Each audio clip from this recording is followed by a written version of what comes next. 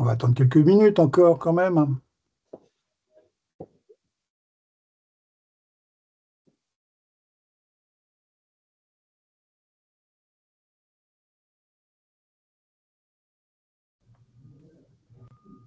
Ah, bonjour. Bonjour. Bonjour. Bonjour.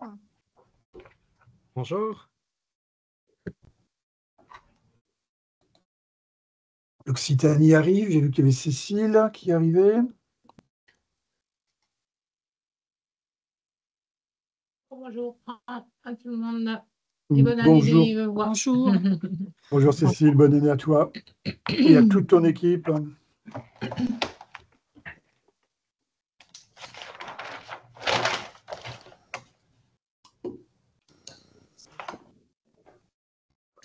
Bonne année à Nathalie Réginaud. Bonjour à tous. Bonjour. Bonjour.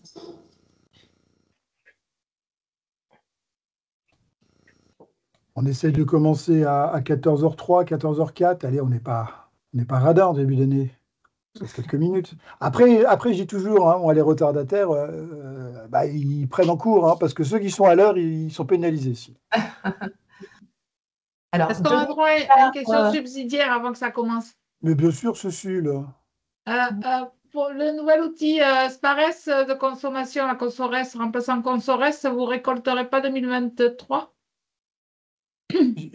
Répète ta question, parce que tu vois, je sais qu'on est en 2025, donc le futur outil En Consores 2025, vous allez récolter 2024, vous l'avez annoncé, mais aussi 2023, si les établissements le souhaitent.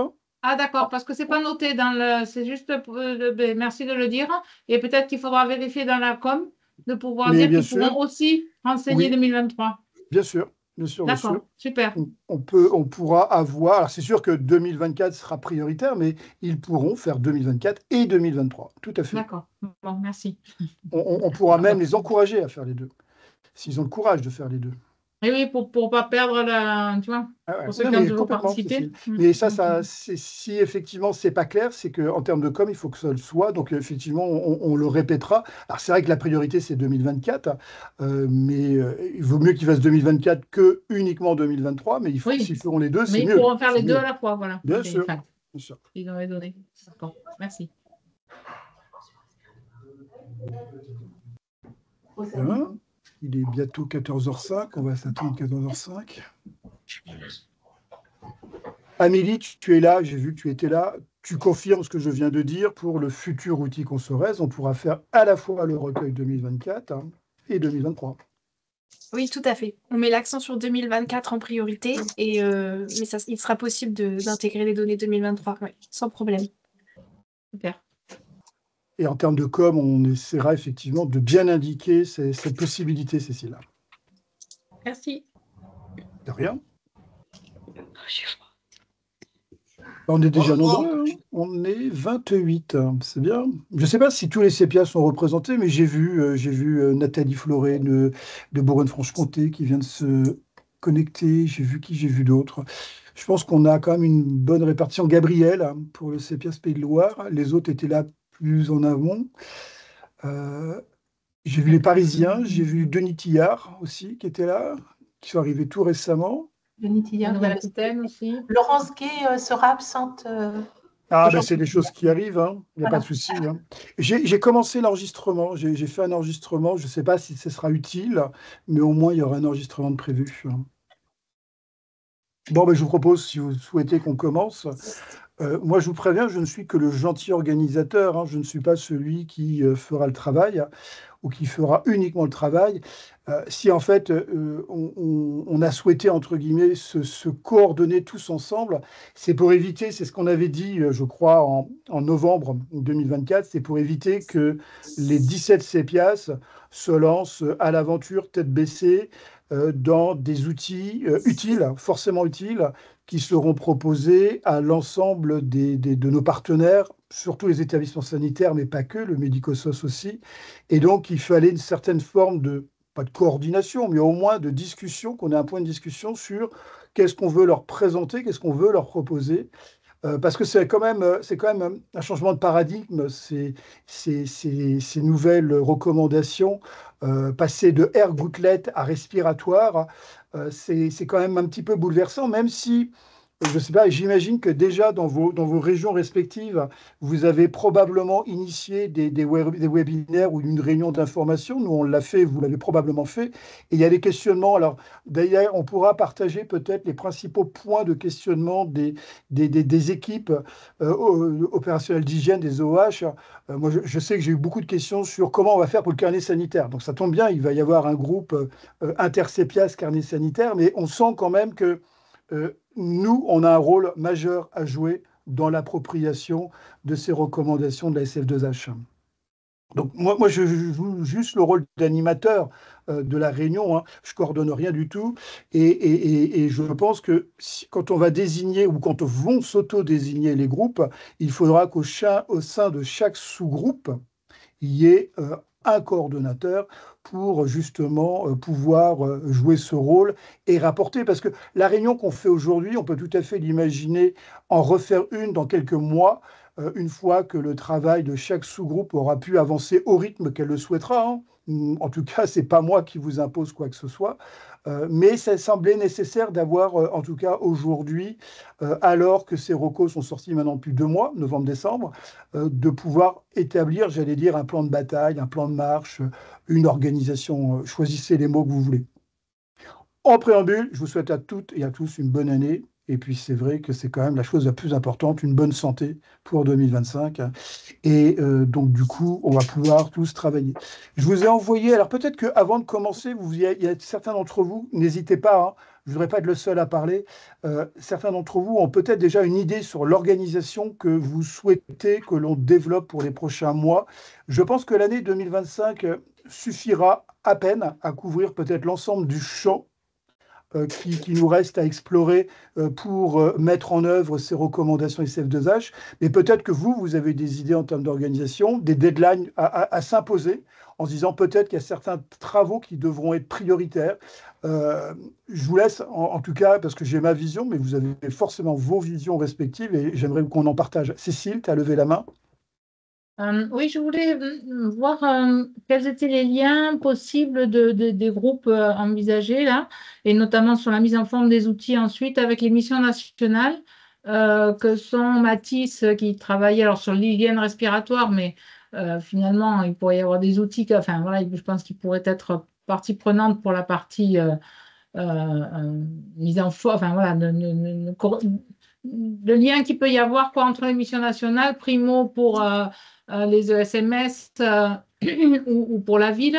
Voilà, je ne sais pas quel est, tu vois, est-ce que, parce que toujours pareil, quand on va passer après à la mise en forme, enfin, nous, on peut créer un groupe pour savoir qu'est-ce qui aurait besoin d'être dans quel document d'aide, quel type de document, et là, mais après, il y aura la mise en forme et la mise. Et ça, peut-être que je ne sais pas si on a des représentants des missions nationales, là, mais Primo Il y a et Gabriel, Mathis, au moins pour Primo, puis j'ai vu qu'il n'y avait pas que.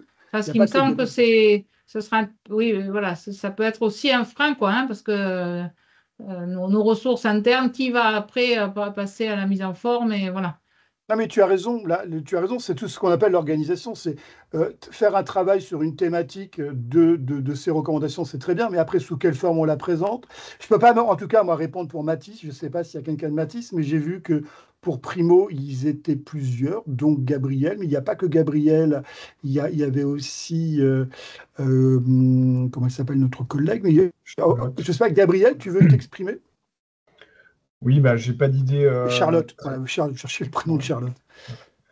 J'ai pas d'idée très précise de tout ça, mais enfin, si, j'en ai quand même une, je voulais que je vais vous soumettre. L'idée, c'était vous savez, pendant la Covid, on a développé le tableau des équipements protection individuelle, donc, qui a été assez apprécié sur les situations qui nécessitent masques et compagnie. Peut-être réfléchir à ce tableau-là dans le contexte des nouvelles recos. Donc ça, c'est un premier aspect. Donc un outil très simple d'utilisation pratique.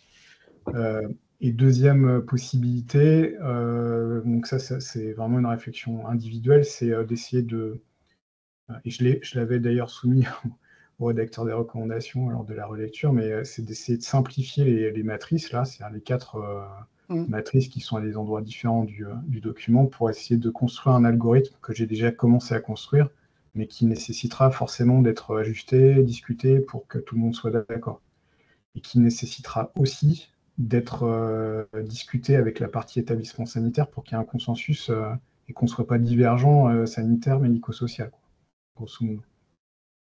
Mais si je complète ton propos, Gabriel, ça veut dire aussi que comme on part d'une page blanche sur l'élaboration de documents ou de différentes formes pédagogiques, hein, on n'a pas du tout, j'allais dire, de contraintes. On fait un peu ce qu'on veut. Là, tu évoquais effectivement le modèle que tu avais élaboré pour Primo, que vous aviez élaboré pour Primo sur les équipements de protection individuelle, mais je ne suis pas sûr que ça réponde totalement à la question de Cécile. Ça répond effectivement à ce qu'on reverra tout à l'heure sur le groupe Primo, ce qu'il pourra proposer.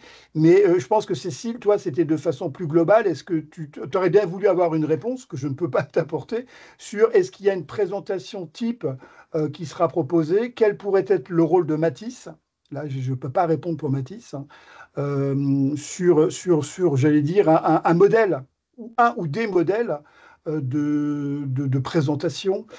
On entend Gabriel, hein. Gabriel, il a tout à fait raison de reprendre ce qui a fonctionné.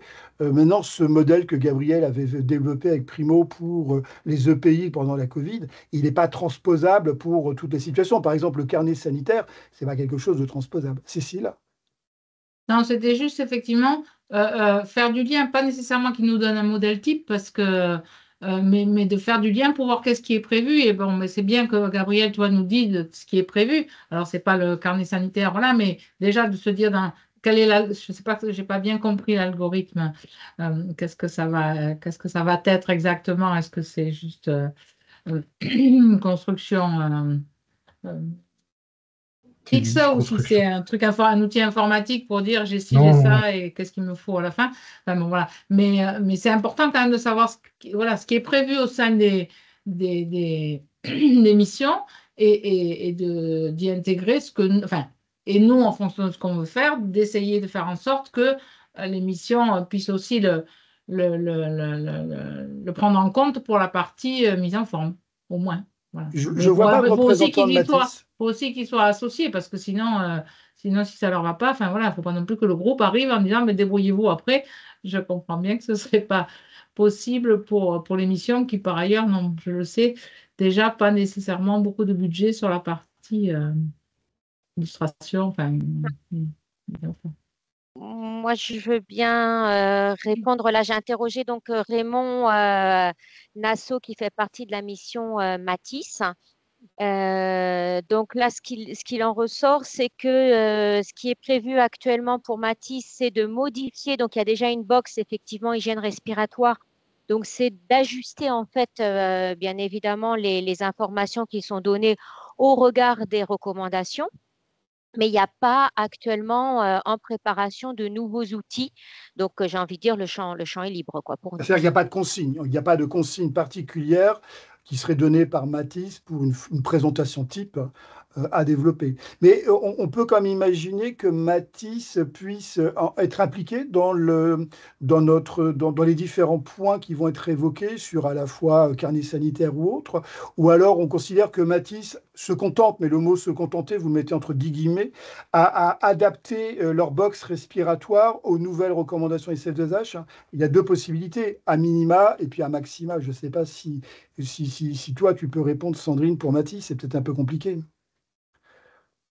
En partie, je peux répondre. Je suis sûre de ce qu'on m'a dit Raymond, qu'ils vont ajuster effectivement. Donc, le minima, oui, c'est ajuster la box qui y est. Après, non, je peux pas répondre au nom de Matisse. Bien sûr, Matisse, comme ça l'a toujours été, ils sont, s'il y a des outils qui se créent, comme pour tout qu'on a déjà fait au sein de nos différents CPIAS, ça peut être mis en ligne et relayé par Matisse en tant que support communication. Mais je n'ai pas d'informations sur plus que ça, sur des implications dans des outils à proprement parler. Merci. Gabriel, et puis après Nathalie. Tu avais levé la main, Gabriel. Pour reprendre les réponses là, aux questions, comme vous pouvez le constater, nous, c'est carnet sanitaire R. Moi, c'est hors du spectre à l'heure actuelle de Primo. Hein. Donc, vous avez Bien sûr. et l'algorithme que j'évoquais, alors c'est un bien grand mot, un algorithme, c'est juste une règle d'interprétation des recommandations, éventuellement de faire des choix, notamment sur l'aspect ventilation, connaissance des niveaux de ventilation ou pas, de manière à guider l'utilisation et le type de masque derrière, les types de chambres et compagnie, mais c'est juste une interprétation, vous savez, de la fameuse matrice, là, qui, de mon point de vue, n'est pas intelligible telle qu'elle dans les recos. Voilà. Ok. Nathalie? Ouvre ton micro, ouais. Merci. C'était simplement, peut-être qu'il faut que, les missions nationales, elles ont déjà peut-être une feuille de route dans laquelle, en fait, il n'y a pas forcément, je pense notamment à Mathis qui n'est pas là présent, je pense que nous, les outils que l'on fait, s'il y a plusieurs groupes de travail en simultané sur des outils pour faciliter l'appropriation de ces nouvelles recommandations, peut-être que c'est à s'entendre entre chaque groupe pour qu'on définisse peut-être une charte graphique qui a un continuum visuel, de manière à ce que ces outils-là, après, on n'ait pas que ce soit simple aussi pour les utilisateurs in fine, de voir finalement que tous ces trucs-là se réfèrent aux précautions respiratoires, que ce groupe associe des gens de BFC Île-de-France, Nord-Pas-de-Calais, que sais-je, mais qu'on ait quelque chose comme ça qui soit d'emblée en fait visible.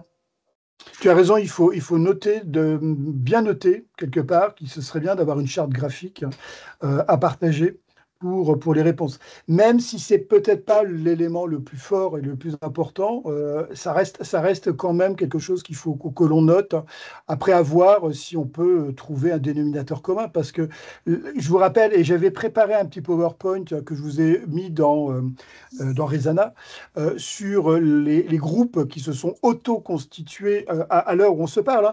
Je considère que les groupes auto-constitués ont tout à fait raison d'être. Par contre, je ne suis pas sûr qu'on ait clôturé la constitution de tous les groupes nécessaires à la bonne compréhension des recos 2024. Vous voulez que je partage à nouveau je vais peut-être faire ça, partager le PowerPoint. Moi, j'ai pas pu le lire, Loïc, là. Je ne sais pas si je suis le seul et j'arrivais pas à le lire, le diapo. Ah, je ne sais pas. Est-ce que d'autres ont eu le même... Oui, moi c'est Aurélie, j'ai pas pu l'ouvrir non plus. J'ai voulu aller le voir, j'ai pas pu l'ouvrir. Et d'autres ont pu l'ouvrir quand même? Oui, moi, Oui. J'ai réussi à l'ouvrir aussi. Oui, on a réussi. Mais ça provient de ce que je vous disais l'autre jour. Rezana, c'est vraiment un outil de M, parce qu'il y a des choses qui sont très incompréhensibles. Juste pour rappeler, il y a 34 recos. Sur les 34 recos, vous le savez aussi bien que moi, il y en a 11, c'est du prérequis, c'est du rappel de la réglementation. Il y en a 4, c'est sur les masques. Et puis après, il y a, on va dire, des vraies nouvelles ou des vrais recos sur les précautions respiratoires qui se subdivisent de la façon suivante. Il y en a 7 qui sont basés sur la matrice d'évaluation qu'évoquait tout à l'heure Gabriel, 3 sur la tuberculose. Je ne suis pas sûr qu'il faut qu'on fasse un boulot spécifique là-dessus, mais encore, ça se discute. 1 sur les BMR, 7, c'est des recos spécifiques aux périodes épidémiques, la gestion d'épidémie, et puis 1 toute seule sur la vaccination. Et en fait, quand on regarde après donc les recos 2 à 12, la reco 1, celle-là, elle est un petit peu hors champ, mais quand on regarde les recos 2 à 11, pardon, c'est des recos sur le carnet sanitaire, entre autres. Et c'est là où, effectivement, il faudra que le groupe qui se constitue sur le carnet sanitaire, on verra la liste un petit peu plus loin sur une diapo, c'est qu'ils devront prendre en compte, là j'anticipe peut-être le travail, c'est pas à moi de définir ce que le groupe carnet sanitaire souhaite réaliser, mais il y a quand même 11 recos spécifiques au traitement d'air, que ce soit la ventilation, sur l'apport d'air neuf, sur les fenêtres, sur l'apport des services techniques. Et là aussi, moi je sais que dans le webinaire dans ma région, mais aussi dans une autre région que j'ai réalisée, c'est une question qui revenait souvent, c'est sur un plan pratique, que doit-on faire dans un établissement? Quel est le rôle du service technique, des services techniques, quand ils existent, Parce que je vous rappelle qu'entre un service technique de CHU et un service technique d'un petit établissement de santé, ce n'est pas du tout le même dimensionnement. Et donc, ce n'est pas les mêmes réponses qu'on peut avoir. Donc, c'est là où, en tout cas, le groupe Carnet Sanitaire aura tout son apport. Moi, j'ai eu beaucoup de questions sur le taux de CO2, sur la mesure, sur le nombre d'appareils qu'il faudrait mettre, où est-ce qu'il faut les mettre. Donc là, il y a des pistes, il y a beaucoup de travail à réaliser sur le plan pédagogique. Les mesures correctives, justement, quand on n'est pas dans ces taux de CO2 de plus de 800 ppm ou plus de 1300, plutôt plus de 1300, parce que déjà 800, moins de 1300, c'est pas mal. La cartographie de la ventilation, sur un peu un modèle, la cartographie pour l'eau, et la mise à jour de la cartographie, ça ok. Et donc, il y avait encore la maintenance préventive, l'analyse de risque, et puis le problème de la filtration quand on utilise un appareil mobile de traitement, mais ça reste anecdotique. Et donc, un groupe s'était auto-constitué. Là, c'était l'ordre, j'allais dire, d'inscription. Ce n'est pas du tout un ordre de hiérarchique ou de constitution ou de qui sera la personne qui voudra coordonner. Donc, vous me dites si vous restez toujours d'accord. Donc, il y avait Carole, il y avait Lydie, il y avait Hervé, il y avait Manon Portier, il y avait Christophe Cazette, Céline Poulain, Aurélie Galliot, Véronique Dutoit, Nathalie Riginot, Nathalie Fleury, Isabelle Rousseau, Catherine Demailly, Hervé Verne, Cécile Mourlan et Petroni, qui s'étaient proposés. Alors, ça fait un gros groupe. Alors, après, à vous de voir si effectivement vous voulez rester aussi nombreux dans ce groupe. Mais on peut comprendre que ce groupe bien constitué, s'il souhaite répondre aux recommandations R2 à R11, et après, quelle méthodologie vous souhaitez proposer. Donc voilà un peu, en tout cas pour le premier groupe, on verra la suite, mais au moins pour le premier groupe, ce qu'on peut déjà dire et quelles sont les recommandations sur lesquelles il faudra travailler. Sachant qu'en plus, en termes d'approche, il y a plusieurs approches. Il y a l'approche qu'on pourrait qualifier de beaucoup plus transversale, c'est ce que Gabriel a évoqué, c'est l'appropriation des recommandations SF2H pour les ESMS. Et puis après, il y a une approche qui est beaucoup plus, j'allais dire, ciblée sur une partie, ça peut être les masques, on pourra le voir après, avec la stratégie de choix des masques, ou là, le carnet sanitaire R. Comment vous voyez les choses?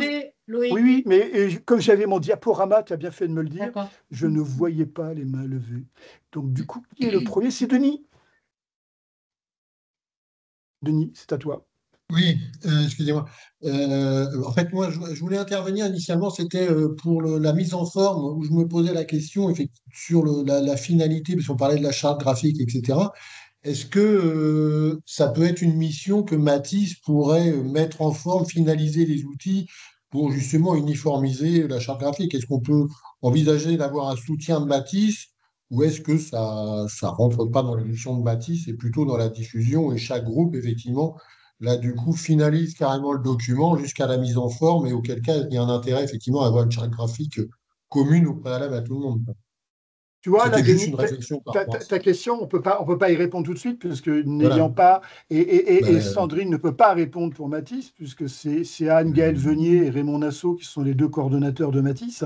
On ne va pas mettre la pression sur Sandrine, elle n'a pas à nous répondre d'ailleurs pour Mathis, mais c'est vrai qu'on peut poser la question à Mathis. Est-ce qu'effectivement, c'est eux qui nous proposent une charte graphique? C'est pas sûr.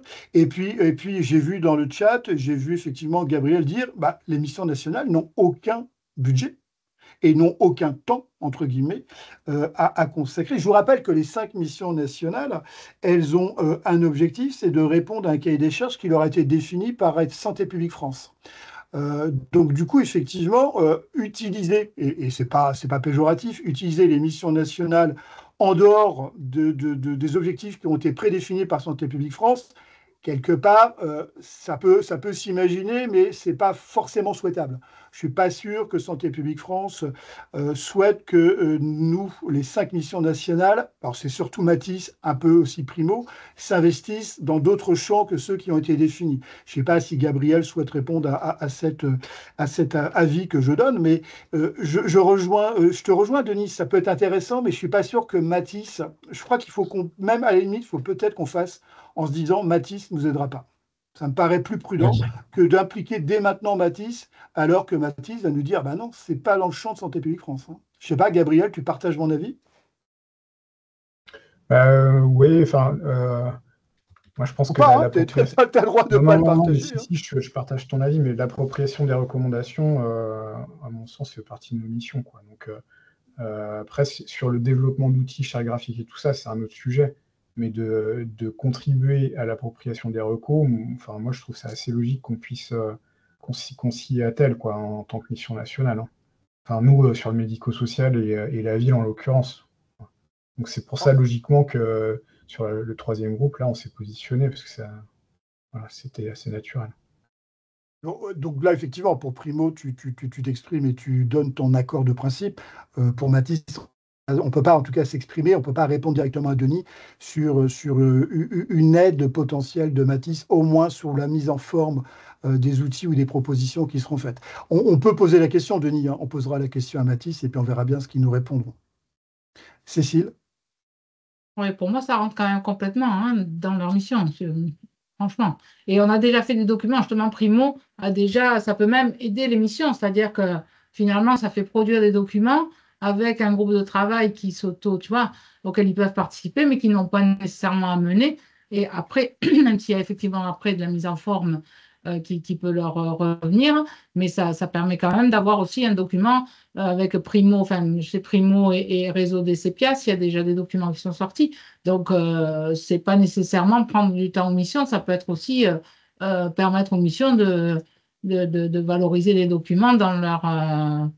Alors, juste, tu as raison, Cécile, je reprécise.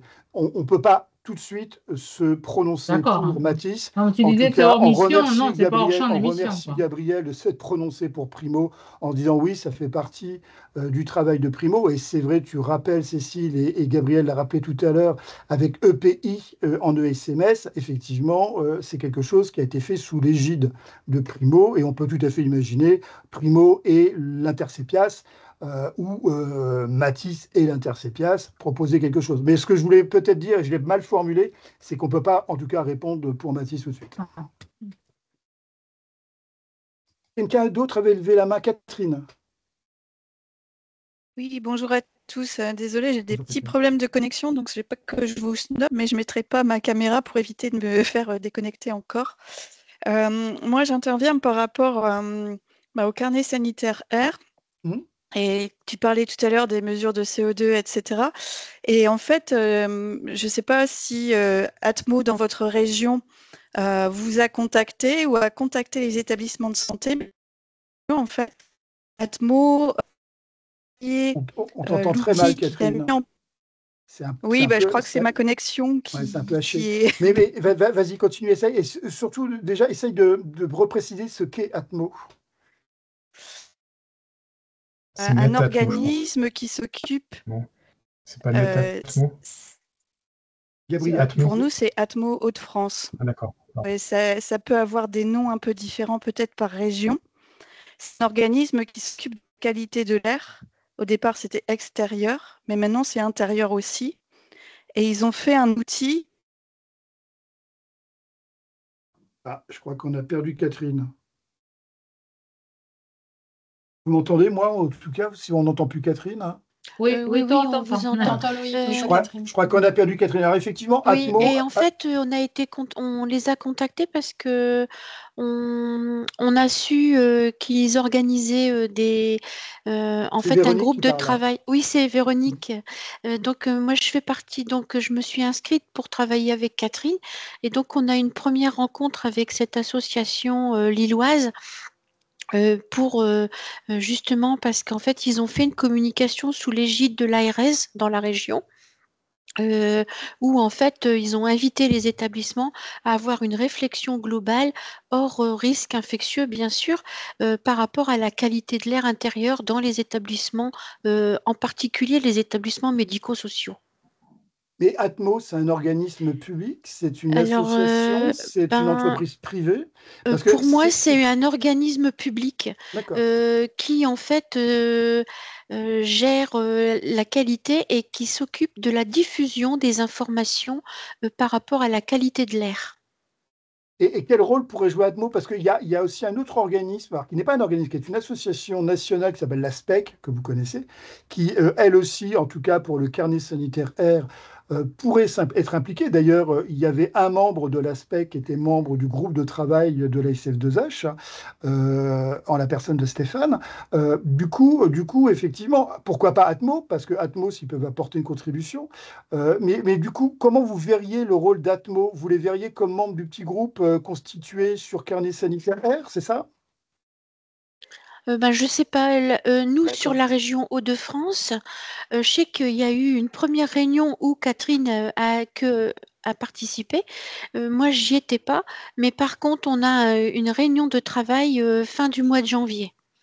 Et est-ce qu'il ne serait pas plutôt intéressant de les informer de notre démarche, nous, vers eux, De toute façon, on et voulait. pas forcément les impliquer dans le travail? Atmo, c'est Fédération des associations agréées, je n'ai pas le temps de lire la fin, de surveillance des atmosphères, j'imagine. Oui, donc je pense quand même que c'est national et avec des antennes régionales. D'accord. Cécile? Oui, je pense que ce qui a été évoqué, c'était que c'était orienté sur les ESMS, les EMS.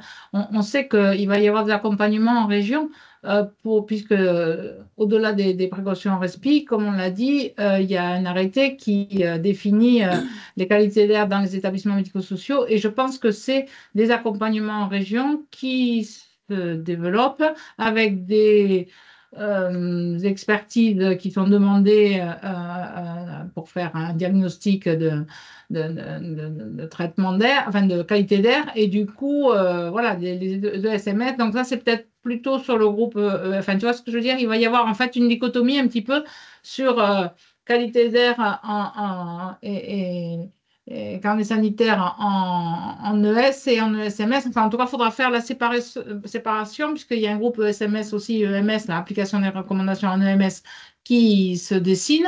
Donc, ce serait plus là, eux vont pouvoir s'appuyer, entre guillemets, sur cette démarche qui est demandée de façon plus générale et sur laquelle on n'aura pas la main en région. Il y a des ARS qui le prennent en main et d'autres pas du tout, quoi. Donc, je sais pas, ça va être une complexité aussi, enfin voilà, une aide peut-être, hein, mais voilà, une complexité pour nous. Avant de donner la parole à Caroline et puis à Aurélie qui ont levé la main, être bien clair, on a à la fois effectivement un groupe transversal, comme le groupe qu'on va qualifier ESMS, piloté par Primo, qui va toucher à l'ensemble des recommandations. Et puis on a un groupe, là, carnet sanitaire, qui est un groupe qui est très ciblé sur les recommandations 2 à 11 ou à 12 de mémoire. Donc effectivement, il faudra à un moment ou à un autre que les différentes parties s'échangent, parce que ce serait dommage, entre guillemets, de ne pas avoir d'échanges sur qui fait quoi et que ce soit au final deux travaux complémentaires, qu'on retrouve un carnet sanitaire R dans le groupe ESMS. Ça, c'est un premier point. Et puis le deuxième point, c'est sur la partie Atmo là, que vous venez d'évoquer. J'ai compris effectivement pourquoi ils démarchaient. C'est que c'est pas une démarche, hein, parce que c'est effectivement un service public, mais c'est par rapport au carnet sanitaire R en établissements sociaux et médico-sociaux, et c'est indépendant, j'allais dire complètement indépendant des recos de la SF2H. Donc à voir après quel rôle ils peuvent jouer. Peut-être qu'on a peut-être juste à les informer ou à prendre langue avec eux, mais sans les inclure dans le travail à réaliser. Je ne sais pas si j'ai résumé ce qui a pu être dit. Caroline? Oui, je voulais donc juste intervenir sur Atmo. On les a fait intervenir sur notre journée EMS début octobre. Elle avait fait une présentation. Ils refont un webinaire la semaine prochaine d'ailleurs. Donc effectivement, c'est destiné à qui? Excuse-moi de t'interrompre, Caroline. Quand tu dis ils font un webinaire, ils le font pour qui? Atmo à disposition. Enfin, il est en accès libre. On pourra vous communiquer, en tout cas sur notre région.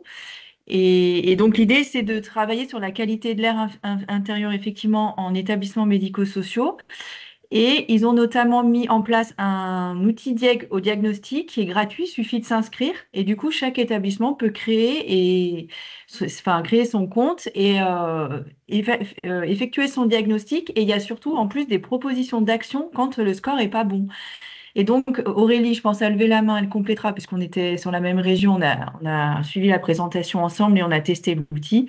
Voilà, ça peut être en tout cas une association qui peut soutenir les établissements dans leur démarche de diagnostic. Et c'est un outil qui est gratuit et ils sont financés en partie par l'ARS, en tout cas en région à Auvergne-Rhône-Alpes. Aurélie, je ne sais pas si tu veux compléter. Aurélie? Oui.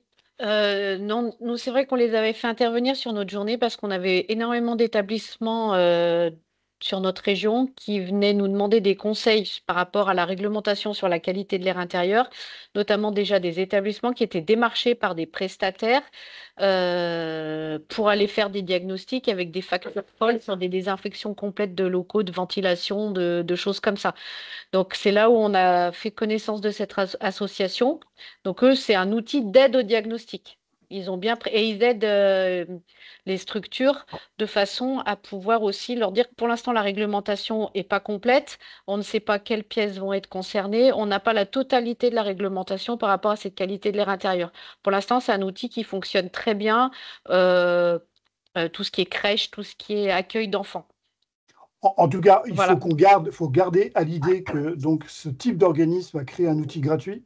On va pas rentrer, je ne crois pas qu'aujourd'hui, il faille rentrer dans le détail du détail. Hein. Ce sera j'allais dire, le propre de chaque groupe de faire vivre son travail au sein du groupe. Mais retenons l'idée que Atmo, organisme public, peut être contributif, en tout cas, sur la réalisation d'un outil mis à disposition. Donc c'est ça qu'il faut retenir, je pense, et le garder à l'esprit. Mais ça, on laissera le groupe Carnet Sanitaire R continuer à développer cette possibilité. Catherine Demailly, Oui, de retour. de retour. Je me suis mis sur ma 4G en espérant que ça tienne mieux. Oui, donc Et là, en on effet. entend parfaitement. On entend parfaitement. Bon, bah, c'est mieux. En effet, en fait, ce que je voulais dire, c'est qu'ils ont un outil en Hauts-de-France qui est accessible gratuitement pour tout ce qui est médico-social, mais que là, la réunion qu'ils ont prévue, alors j'ai entendu la fin de l'intervention de Véronique, ma collègue, mais j'ai pas eu le début. Mais maintenant, ils recrutent en fait des établissements de santé pour essayer en fait de déployer le même outil auprès des établissements de santé.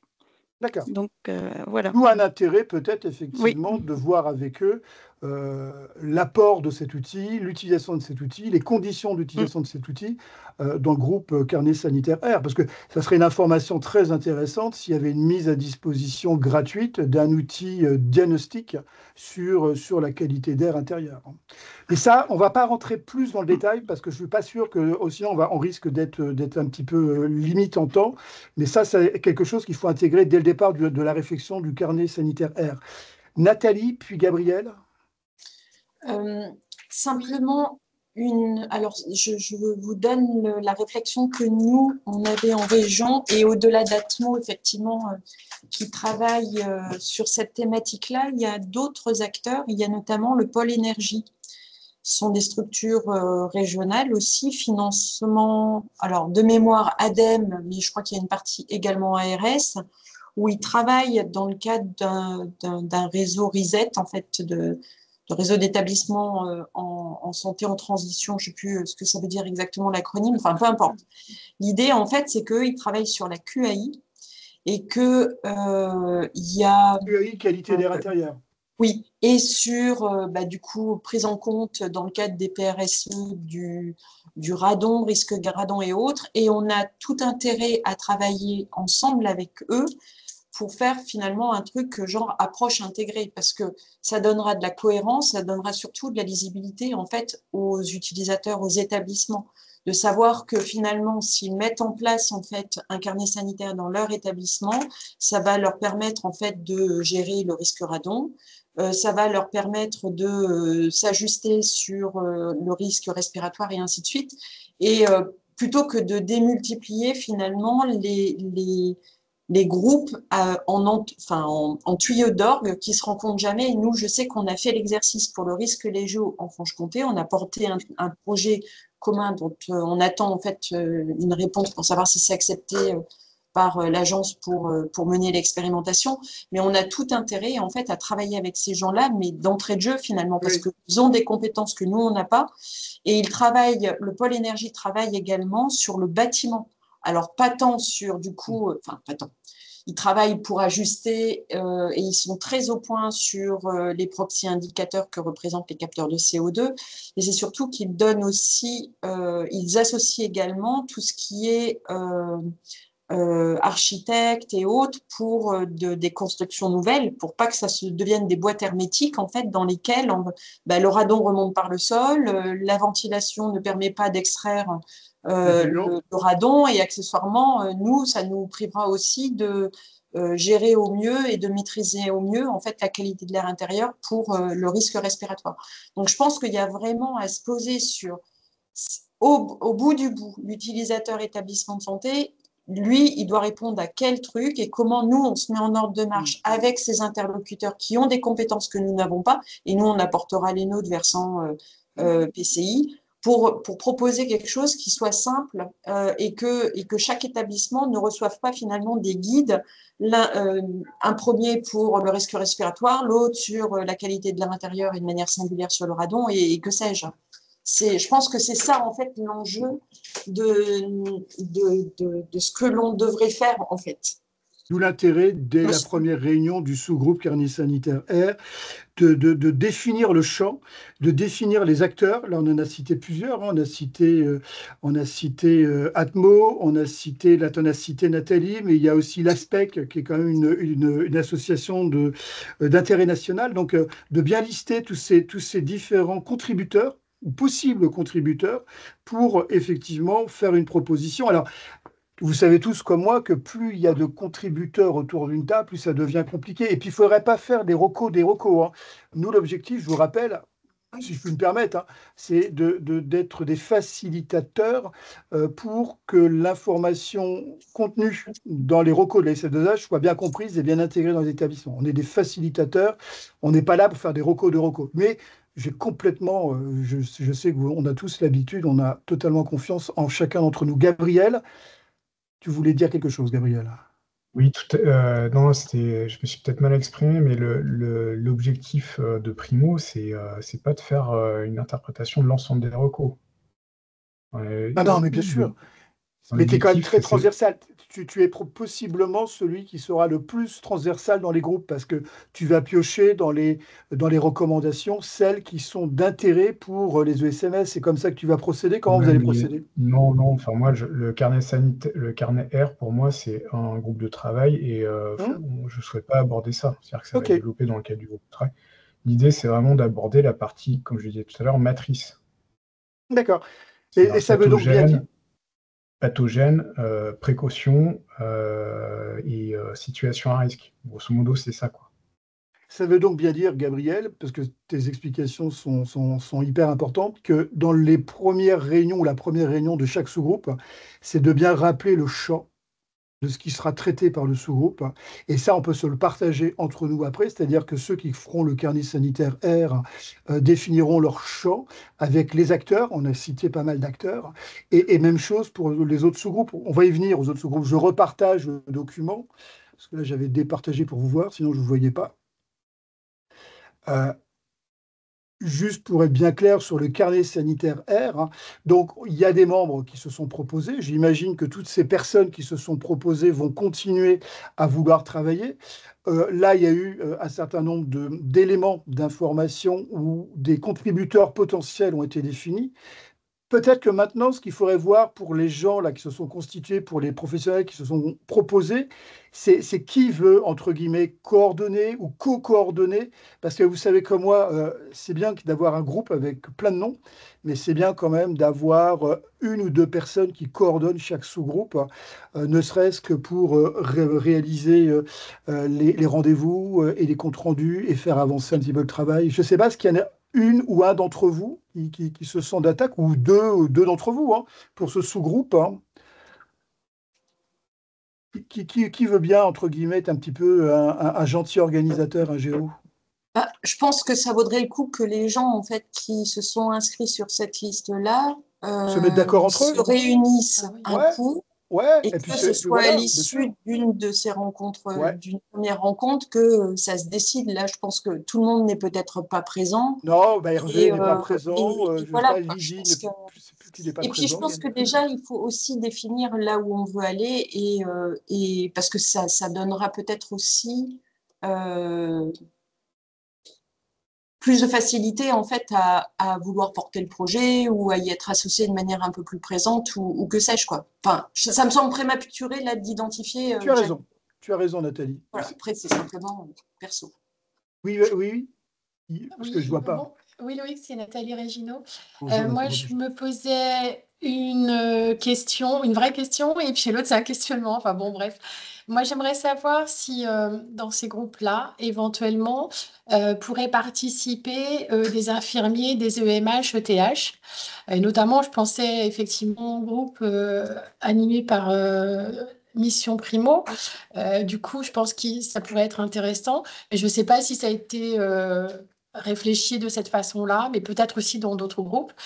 Ça, c'est la première chose. Et la deuxième chose, c'était concernant le groupe sanitaire, puisque c'est là que je me suis inscrite. J'ai entendu tout à l'heure peut-être faire une proposition de carnet sanitaire pour les EMS et puis un autre pour les ES. Moi, quelque part, je me dis, est-ce que c'est comme ça ou est-ce que c'est réfléchir sur des onglets différents dans ce carnet sanitaire et des choses à mettre en place en fonction du niveau de risque et de certaines situations, quoi. Je ne sais pas s'il faut vraiment scinder les deux, quoi. Après, ce sera une question à réfléchir dans le carnet, dans le Ouais, groupe, mais je hein, crois, mais voilà. Nathalie, c'est juste, Mais- en tout cas, c'est opportun, la question est opportune, mais c'est prématuré. C'est-à-dire que Oui, oui, tout à c'est fait, mais- c'est le sous-groupe carnet sanitaire R qui se réunira une première fois, définira son champ, sa méthodologie et ses acteurs et ses contributeurs. Après, on a cité des contributeurs potentiels. Je ne sais pas si c'est opportun ou non de les inviter. Ça, c'est à vous de définir hein, au sein du groupe. Hein. Et puis, effectivement, est-ce qu'il faut faire une dichotomie entre sanitaire d'un côté et médico-sos de l'autre ou pas? Ça, c'est à eux de voir. Là, vous avez une liste, elle n'est pas forcément exhaustive. Hein. Ça, ce sont les gens qui se sont exprimés pour faire partie du groupe, enfin du sous-groupe, appelons-le comme ça, carnet sanitaire R. Ça ne veut pas dire que ce sous-groupe est déjà clôturé. Si d'autres veulent participer, il n'y a aucun problème. Maintenant, comment voulez-vous vous organiser pour une première réunion? Parce qu'il faudra bien qu'il y en ait un d'entre vous qui prenne l'initiative pour organiser un doodle et une première réunion. Parce que moi, je vous ai dit que j'étais le géo, entre guillemets, pour cette réunion, mais je ne suis pas forcément le géo pour tous les sous-groupes. Il y en a peut-être un ou une d'entre vous qui devra prendre l'initiative pour initier la première réunion et l'organisation de cette première réunion. Cécile, tu veux le faire? Hein? Non, ce n'était pas l'objet de. Mais je ne sais pas, tu as de levé ma la main, donc levée. tu vois. Ça, il ne faut Non. jamais lever la main, hein, c'est toujours le Ouais, problème. Hein. je sais. Non, non. Ce que je voulais dire là, c'est que c'est important quand même là de dire il est prévu un autre groupe EMS, travaille justement sur l'accompagnement des établissements médico-sociaux. Du coup, il faut bien dire que l'air est traité dans le groupe 1 pour les deux, ES et EMS, et que du coup, le groupe EMS s'occupera plutôt de ce qu'a évoqué Gabriel, dans le sens d'accompagnement des matrices, enfin voilà, un meilleur accompagnement, de simplification des schémas avec une visualisation. Une fois de plus, hein, on ne va pas réécrire, c'est juste c'est pas pour écrire les recours, c'est juste pour les illustrer finalement, hein, l'accompagnement. Donc je pense que ça, effectivement, c'est important. Et je crois que sur le groupe, le premier, là, il faut effectivement tout traiter. L'air aussi bien en ESMS qu'en établissement sanitaire, mais c'est sûr que les moyens et les problématiques sont quand même pas les mêmes. Hein. Donc voilà. Et que sur les ESMS, comme on l'a dit, il y a des initiatives régionales qui sont déjà l'accompagnement avec lequel il faut compter ou s'appuyer ou je ne sais pas ce qu'il faut. Voilà. Donc c'est vrai que c'est quand même une petite complexité du dossier, mais il faut bien le dire dès le début. Carnet sanitaire, ce sera tout et tout l'air, quoi. En fait, tous les secteurs, pardon.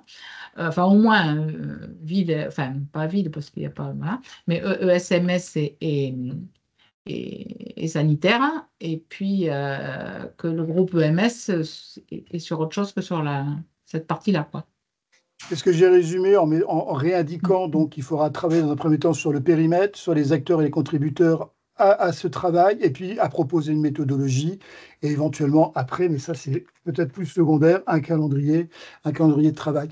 Pour être simple et efficace, qui parmi les personnes qui souhaitent faire partie du carnet sanitaire R veut au moins être dans un premier temps celui qui va initier un doodle pour vous coordonner et trouver une date de première réunion?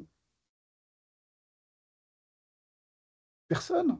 Si j'ai levé la main, je me Ah, j'ai pas lance. vu. Allez, je le fais. C'est Aurélie, c'est Oh, Piassara. eh bien, c'est très bien, Je lance Aurélie. le doodle. Ouais, donc Aurélie, chargée d'organiser cette première réunion du groupe carnet sanitaire, du sous-groupe carnet sanitaire R. Euh, D'ailleurs, effectivement, il y a ces personnes qui se sont portées candidats, mais je pense qu'il faudra peut-être mettre sur liste CEPIAS ou copie, et copie les deux adresses mail, parce que s'il y a d'autres candidatures, en fait, il ne faut pas fermer, entre guillemets, les sous-groupes. Alors après, ils sont déjà, là, c'est un beau sous-groupe, hein, constitué d'un grand nombre de personnes. On sait aussi tous que quand on est trop nombreux, parfois, c'est un peu plus pénalisant en termes d'avance, pour avancer. On avance léger quand on est seul, on avance un peu moins vite, mais on est des fois plus efficace quand on est nombreux. Donc ça, c'est à vous de voir. Donc Aurélie, chargée d'organiser le premier doodle pour le carnet sanitaire R, on fait ça? Merci Aurélie. Merci Aurélie. Après, Ensuite, peut-être, il y aura peut-être besoin d'un grand groupe au départ pour justement, comme il y a beaucoup de recos aussi, en fonction de l'organisation, d'avoir des sous-groupes, hein. Donc ça ne veut pas dire que tous tu veux dire, les Hervé, 12 des personnes vont travailler sous-groupes? ensemble tout le temps. Voilà. Donc, Tu veux dire des sous-sous-groupes, parce que si on considère que oui, si on carnet considère que sanitaire, c'est déjà un sous-groupe, donc on aura des sous-sous-groupes peut-être. en subdivisant, parce qu'il y a des points très intéressants qui ont été abordés par chacun d'entre vous, et je pense entre autres à Nathalie, ce qu'elle a évoqué avec les différents autres points et les collaborations possibles, à voir si c'est opportun, à voir si c'est réalisable, mais c'est des choses qui peuvent être effectivement évoquées en sous-sous-groupe. C'est très moche comme mot, sous-sous-groupe, faut trouver autre chose. Si on continue un petit peu à décliner les recommandations, après on a les recommandations R12, donc sur la prévention, et là on arrive sur une autre thématique qui fera probablement l'objet d'un travail des CEPIAS, de l'inter-CEPIAS, c'est sur les masques et les appareils de protection respiratoire, où la ROCO R12 évoque donc l'implication des professionnels de la prévention du risque infectieux dans à la fois la rédaction des cahiers des charges et le choix des masques. Alors, après, là, on n'est pas là pour rentrer dans le détail du détail, parce qu'il y a effectivement des regroupements, il y a des groupements nationaux qui rédigent la rédaction du cahier des charges, mais c'est vrai qu'aujourd'hui, je ne suis pas sûr que les grands groupes qui font des appels d'offres nationaux ont intégré les recos de la SF2H. Et c'est là où, effectivement, nous, on a notre rôle à jouer, en tout cas, à leur dire que désormais, et je sais pour en avoir déjà discuté avec des petits établissements, ils sont à la fois un petit peu perturbés, mais très intéressés par le fait que demain, ils auront peut-être 2 ou 3 choix de masques dans leur établissement. Donc là, il y a tout un travail. Donc, il y a R12, recommandation 12, la recommandation 13, toujours sur le domaine des prérequis sur les masques, la 14, avec les appareils de protection respiratoire et les FFP2, où là, en plus, il y a encore, j'allais dire, un vieux problème à régler, c'est le fit test. Et là, donc, dans ce sous-groupe, donc, qu'on pourrait appeler masque et FFP2, pas forcément acquisition que FFP2, il y a des candidatures. Il y avait Mélanie Oagnan de Nouvelle-Aquitaine, Agnès Godichon d'Île-de-France, Anne-Laure Lemonnier de Normandie, Caroline Aurel-Lara, Sandrine Plaire, Nouvelle-Aquitaine, Catherine Lalande, Nouvelle-Aquitaine, Christophe Gauthier, Nouvelle-Aquitaine, et Sandrine Canoë pour l'Occitanie. Alors, je ne sais pas si le groupe est complet. Il y a probablement des gens qui ont pu être oubliés ou s'oublier de s'inscrire. Mais là aussi, c'est un petit peu la même problématique. On est sur quelque chose qui est très ciblé. On n'est pas sur du transversal, on est sur du très ciblé. C'est équipement de protection individuel de type masque et FFP2, et c'est mise en application des nouvelles recos, parce que là, on est vraiment sur de la nouvelle reco que la SF2H a proposée. Nathalie, tu as levé la main. Oui, c'était simplement pour compléter, je sais, du coup, Anne-Gaëlle n'est pas là, mais elle avait partagé, je ne sais pas si tout le monde se souvient, un message en disant en fait que côté Sepia-Sara, ils envisageaient de travailler sur un kit pratique synthétique pour appeler comment agir FFP2 et ainsi de suite. Et j'avais à l'époque branché, mais on en avait discuté aussi en réunion, le GRS, de manière à ce que sur le site du GRS, où on a l'ensemble en fait des masques qui peuvent être disponibles, puisse figurer en fait la disponibilité en plusieurs tailles en fait de ces masques. Donc Dominique David Boule et puis le groupe qui gère le site du GRS s'était emparé de ce truc-là en se disant ce serait plutôt une bonne idée en fait pour faciliter justement l'exercice de enfin, ça pourra faciliter l'exercice de ce groupe. Voilà. Je me souviens de ce mail que tu avais fait au GRS, justement, pour le GRS. Et ça avait du coup répondu favorablement. Et donc, du coup, là, on voit bien les questions auxquelles devront répondre ce sous-groupe et les orientations qu'ils devront prendre en termes de, j'allais dire, de réponses pédagogiques à apporter. C'est se mettre à la place d'un établissement qui devra faire l'acquisition de plusieurs tailles de masques, de plusieurs types de masques, et proposer, comme tu l'as réévoqué, Nathalie, un kit pratique sur les équipements de protection individuelle, masques et FFP2. Je ne sais pas qui est présent, je crois qu'il y a Agnès. Ouais, Agnès, c'est ça. Il faudrait demander, je crois qu'ils ont déjà commencé à travailler, c'est Cécile, là. Donc, s'il y a Ouais. quelqu'un du groupe qui est présent, s'ils peuvent peut-être s'exprimer. Oui, Catherine, je suis là. Merci, Catherine. Effectivement, nous avons déjà eu une première réunion. Bon, Mélanie était, parce que ce groupe de travail a donc commencé avant, mais était le coordonnateur donc, de ce groupe de travail. C'est pour ça qu'elle est présente. Je vais peut-être lui laisser la parole d'ailleurs. Donc, effectivement, nous avons déjà eu une première réunion et nous avons divisé les travaux à faire en sous-groupes pour le moment. D'accord. Donc, voilà. Mais je te laisse parler, Mélanie. Donc, oui, bonjour à toutes et à tous. Du coup, On vous entend très mal, Mélanie. Ben, en fait, c'est que j'ai prêté ma pieuvre pour une autre réunion. Mais oui, c'est des choses qui arrivent, ça. Donc, j'ai essayé de parler fort et distinctement. Du coup, oui, je suis interne en 4e année de pharmacie, donc je pilote ce sous-groupe. Donc, on a déjà eu une première réunion avec la plupart des participants qui se sont inscrits. On s'est réparti les tâches de l'objectif du travail. Donc, pour aider les hygiénistes pour adapter les masques et au visage de tous les soignants pour qu'ils aient plusieurs tailles, plusieurs marques disponibles et comment se les procurer en fonction des normes. Donc, chacun d'entre nous a eu une petite répartition des tâches. On se revoit notamment la semaine prochaine. Donc, nous, notre objectif, c'est surtout de faire un document recto verso qui soit paru fin mars 2025. Donc, ah oui, donc c'est très rapide, en fait. C'est quelque chose qui pourrait voir le jour dans les prochains mois. Oui, on essaie d'être le plus efficace possible. Donc, comme on avait déjà commencé en décembre, donc ça avance un peu plus vite puisqu'on a déjà un temps d'avance. D'accord, c'est bien. Parce que du coup, on va pouvoir reprendre ce qui avait été proposé. Là, donc, le périmètre, c'est assez facile pour... mais, et du coup, ça serait donc pour très bientôt. Donc, calendrier, ça pourrait être quelque chose au deuxième trimestre 2025. Fin du premier trimestre, mars. Ouais, c'est pour ça que je préfère mettre deuxième trimestre, parce que si c'est fin du premier trimestre, bah, c'est tant mieux, ce sera mieux encore. Donc, oui, on va peut-être laisser deuxième trimestre sans... C'est du prévisionnel. Hein. Ouais, on est sur un calendrier prévisionnel, deuxième trimestre 2025. On est motivé, c'est pour ça. On est motivé, on va être tous efficaces. En fait, on avait discuté pour fin mars, début avril, parce qu'après, c'est la fin avril, c'est la fin de mon semestre. Donc, voilà l'explication. Agnès, tu voulais compléter ce que tu fais partie du groupe? Non, oui, je fais partie du groupe, mais j'ai rien de plus à ajouter. Justement, je cherchais si la Nouvelle-Aquitaine était là parce qu'ils avaient déjà commencé à travailler un peu en amont, donc qui sont très moteurs dans ce groupe.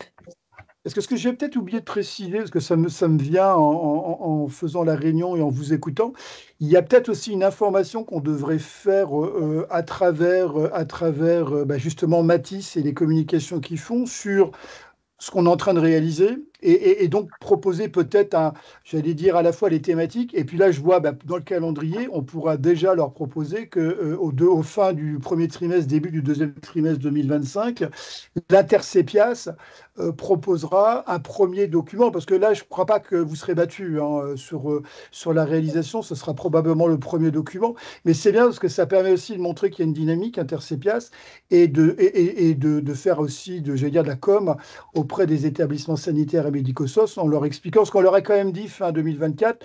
Vous inquiétez pas, nous, les CEPIAS, on ne vous oublie pas. Et là, du coup, on peut effectivement leur dire, vous voyez, non seulement on ne vous oublie pas, mais on vous proposera déjà au deuxième trimestre 2025 un premier document en recto verso, si j'ai bien entendu, qui explicitera la stratégie ou comment choisir les masques. Je pense que vous êtes d'accord sur la partie com aussi, qu'il faudra peut-être que l'on mette en parallèle. Ça ne veut pas dire qu'il faut que les autres groupes fassent des choses aussi rapides, hein, mais au moins, ça permet de montrer aux établissements, qu'ils soient sanitaires ou médico-soc, que c'est quelque chose que les CPAS prennent à cœur. Hein. Juste pour reprendre la main, parce qu'on en avait déjà parlé au niveau de la stratégie de distribution, on avait dit faire inter-CPAS et par le REPIA pour avoir une visibilité nationale sur le document, puis qu'il soit disponible et visible partout. Ok, merci. Merci pour ce travail, Mélanie, qui coordonne donc le sous-groupe acquisition masque et FFP2. Est-ce qu'il y a des choses à rajouter ou des questionnements pour les autres pour ce sous-groupe, hein? Loïc, juste pour compléter, je trouve que c'est Ouais. très important ce que tu as dit, c'est Agnès en Île-de-France. Ouais. Je pense qu'il y a beaucoup d'établissements qui sont en attente de nos documents. Et ce serait bien de leur annoncer dès maintenant, de communiquer dès maintenant sur quelle thématique on va vraiment faire des documents d'accompagnement de ces recos. Ça évitera que eux travaillent dans leur coin à faire ça aussi. Donc je pense qu'il faut vraiment faire une communication bien en amont En tout cas, de janvier la finalisation 2025, de ces docs. janvier 2025 est une bonne date parce que c'est un début d'année. On leur a dit qu'au cours de l'année 2025, les CPAS travailleraient pour eux. Là, on fera état de ce qui est proposé et d'un mini calendrier, en tout cas pour ce qui sera probablement terminé très rapidement, leur dire, voilà, dès le deuxième trimestre 2025, l'Inter-CPAS sera en mesure de vous proposer un outil. Et puis, faire lister les différents groupes et ça leur permettra d'avoir une vision de ce que nous faisons et de ce que nous allons leur proposer. Non, mais ça, je suis attaché, tu as raison de le rappeler. Ensuite, il y a d'autres recos, hein, bien sûr, qui sont beaucoup plus transversales, et c'est là où on va atteindre les problèmes de la matrice évoquée longuement par Gabriel tout à l'heure. On a effectivement donc le R16, bon ça c'est toujours sur les appareils de protection respiratoire, et puis après on arrive dans la R22 et les recos suivantes où on est vraiment sur à la fois les 3 niveaux de précaution complémentaires. C'est là où j'ai pas vraiment vu un groupe spécifique se proposer, mais Gabriel, lui, l'a évoqué pour le médico-soc. Je pense que ce serait peut-être dommage qu'un travail similaire ne soit pas proposé pour le sanitaire, avec à la fois l'intégration de ces 3 niveaux de précaution complémentaires, hein, simple, renforcé, maximal, qui sont quand même à la fois une sémantique nouvelle et donc une appropriation nouvelle par les établissements sur ce que sont les PCR simples, des PCR renforcés et des PCR max. Mélanie, vous avez levé la main encore ou c'est votre ancienne main, je pense? Oui, c'est mon ancienne main. D'accord. Donc ça, en tout cas, pour le groupe ESMS EHPAD, piloté par Primo et par d'autres professionnels des CPIAS, il n'y a pas de souci, ça sera réalisé, hein, on le voit bien avec... Bon, ça, c'était quelque chose qu'on avait fait, nous, en interne, pour bien comprendre la différence entre PCR simple, PCR renforcé, PCR max. Mais il y a après les 2 matrices. Et les 2 matrices, elles sont conditionnées d'abord par le premier facteur, c'est la ventilation, la conformité à la ventilation. Et puis après, au type de micro-organisme, au type d'exposition. Et là, autant je trouve qu'on va apporter une réponse à travers Primo pour les ESMS, je ne suis pas sûr qu'on soit aujourd'hui en capacité d'apporter une réponse identique pour les établissements sanitaires. Donc pour moi, mais c'est un avis personnel, hein, il manque peut-être un sous-groupe de travail qui serait le pendant de Primo sur... Alors, soit... Je parle et je réfléchis en même temps, c'est peut-être une erreur. Soit on verra ce que Primo va proposer et on verra si on ne peut pas faire un miroir pour le sanitaire, soit on considère que ce n'est pas une bonne idée et il faut initier dès maintenant un groupe pour le sanitaire sur le même modèle qu'il y aura un groupe pour le médico-soc. Donc je ne sais pas ce que vous en pensez parce que là, il y a donc les fameuses 2 matrices qui sont très liées à la qualité de la ventilation, après type de pathogène et type d'exposition. Mais autant on aura la réponse pour le médico-sos, je ne suis pas sûr qu'on l'ait aussi facilement pour le sanitaire. Cécile? Oui, moi je me demande dans quelle mesure les matrices et le travail dont tu as parlé, Primo, seraient différents en ESMS qu'en ES, en fait. Et du coup, La question est ouverte. on peut discuter avec, enfin, si Gabriel y a déjà réfléchi. Et puis, j'avais une autre remarque, c'est qu'a priori, il y avait aussi le travail qui devait être fait sur l'appli Bug Control pour la mise le fait de faire intervenir les nouvelles précautions. Et comme il y a dans Bug Control, il y a aussi une approche par précaution. Là, est-ce qu'ils ont prévu quelque chose? Je crois que c'est Anne-Gaëlle qui y travaille. Donc, c'est aussi un outil, ça, qui sera à disposition par la mission Matisse, pas par. Mais bon, du coup, faut le savoir. Enfin, tu vois, faut corréler. Enfin, d'ailleurs, je ne sais pas si c'est Matisse ou si c'est PS Nouvelle-Aquitaine, mais je sais pas. Mais bref, ce serait bien que ce soit corrélé. Donc, je ne sais pas si Gabriel déjà peut commenter pour savoir ce à quoi il pense. Est-ce que c'est spécifique de SMS ou... Dans le périmètre de Primo, comme voilà, Oui. on va être là-dessus. Après, il est évident que la conclusion va probablement être similaire pour les établissements de santé, pour ne pas dire qu'il faut qu'elle le soit, quoi. Voilà. Ou alors peut-être faire s'il y a des situations où effectivement une réa ou bon, sur les PC renforcés, il n'y en aura peut-être pas beaucoup en ESMS, donc c'est peut-être pas quelque chose que toi tu mettras bien en avant, mais en tout cas ça pourrait être retravaillé, enfin il me semble que ça peut être décliné à partir de ce que tu... Non? Ce que tu réfléchis. Là pour l'instant, là mes réflexions purement personnelles, elles ont porté sur Covid-19, grippe VRS, pneumocoque. Et donc, c'est vrai que c'est très. C'est dans une réflexion qui est dans un cadre établissement médico-social. Mais ouais. Mais je crois qu'on peut pas arriver à deux documents différents en établissement sanitaire et médico-social. Ça, c'est pas possible. Oui. Mais je crois qu'il ne faut pas qu'on s'épargne cette réflexion sur est-ce qu'il faut aussi faire la même chose pour le sanitaire. La fréquence des situations sur les précautions complémentaires respiratoires renforcées ou maximales seront bien sûr plus fréquentes dans le sanitaire que dans le médico-sos. Et c'est quelque chose qui doit aussi être réfléchi. Alors, ce qu'on peut aussi imaginer, c'est qu'on laisse le groupe Primo et les différentes personnes qui se sont rattachées à ce groupe pour faire une première proposition et voir après ce qu'on... Alors, soit on attend et on voit ensuite, soit on fait vivre en parallèle. Mais en parallèle, le problème de faire un truc en parallèle, c'est qu'on gagne effectivement en temps, mais par contre, on aura peut-être deux documents construits différemment, alors qu'in fine, deux documents qui ont la même construction serait peut-être souhaitable. Je ne sais pas, je pose la question et vous pouvez apporter vos avis. Gabriel, tu considères qu'il faudrait combien de temps pour le groupe Primo et élargi, parce qu'on va appeler le groupe Primo élargi? Sachant qu'on est en janvier, est-ce que tu penses qu'à la fin du premier semestre, est-ce que tu penses qu'il faut plutôt attendre le deuxième semestre 2025? C'est juste pour avoir un ordre d'idée sur c'est difficile. Ouais, je sais, ouais, je comprends. C'est toujours un peu difficile à dire, hein, mais je pense que c'est nécessaire qu'on ait quelque chose qui sorte avant la fin du premier semestre. Très bien. Parce que il faut que ça soit avant la fin juin pour anticiper la saison hivernale. D'accord. Et du coup, le fait d'attendre la sortie de ce document pour faire un document miroir pour le sanitaire, ça te semble opportun ou il faut faire une réflexion en parallèle? Non, je pense qu'il faut qu'on fasse une réflexion commune, en fait, tout simplement. Il y a un groupe de travail, et puis on réfléchit. Le groupe de travail est constitué de personnes qui ont peut-être plus un focus sur le médico-social, mais on est tous hygiénistes dans des établissements de santé par ailleurs. Donc, je vois pas je pense pas qu'il faille faire de distinction. Nous, pour vous donner un exemple du fonctionnement qu'on a en région, c'est que comme on est un peu schizo, on est Primo d'un côté, région de l'autre.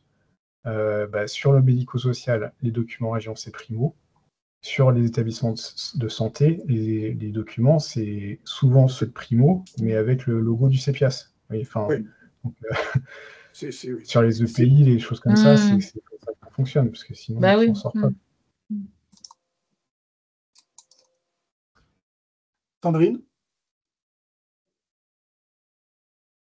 Oui, moi je veux bien aussi compléter enfin rejoindre en tout cas ce groupe de travail. Et à l'idée de savoir ça, s'il y a les deux, bah après c'est juste aussi une réflexion de me dire un petit peu ce qui vient d'être dit, c'est-à-dire que c'est possible peut-être de démarrer sur quelque chose comme là avec un seul groupe, c'est-à-dire sur l'entête entre guillemets primo et donc orientation médico-sociale.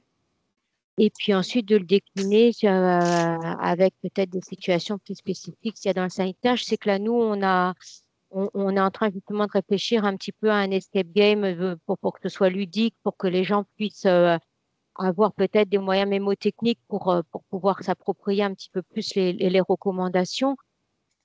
Et pour le moment, enfin, l'idée, c'est de faire que ça puisse servir aussi bien d'un côté que de l'autre, parce que parfois, en plus, dans certains établissements, on a les deux types de structures, quoi, donc avec des professionnels qui naviguent de l'un comme de l'autre.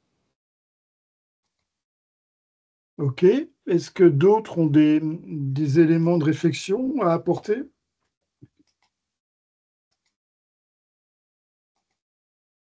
Du coup, Gabriel, tu as déjà initié une réunion de ce groupe ou c'est quelque chose qui va se faire prochainement? Ah non, non, pour l'instant, Ouais, c'est ça. il faut qu'on fasse circuler des dates, là. Charlotte proposait de le faire. D'accord. Est-ce que tu as bien pris en compte les professionnels des CEPIAS autres que ceux de Primo qui souhaitaient participer? Bah, dans le groupe, il me semble que c'est dans le mail que tu nous as envoyé. Hein. Oui, c'est Ouais, ça. ouais, c'est ça. Je remets, je vais repartager comme ça, on va le voir. Il y a effectivement pour l'instant un certain nombre de personnes. Donc il y avait le groupe Primo, hein, donc je rappelle que Primo, c'est Pays de Loire, c'est le CEPIAS Pays de Loire et le CEPIAS Arras.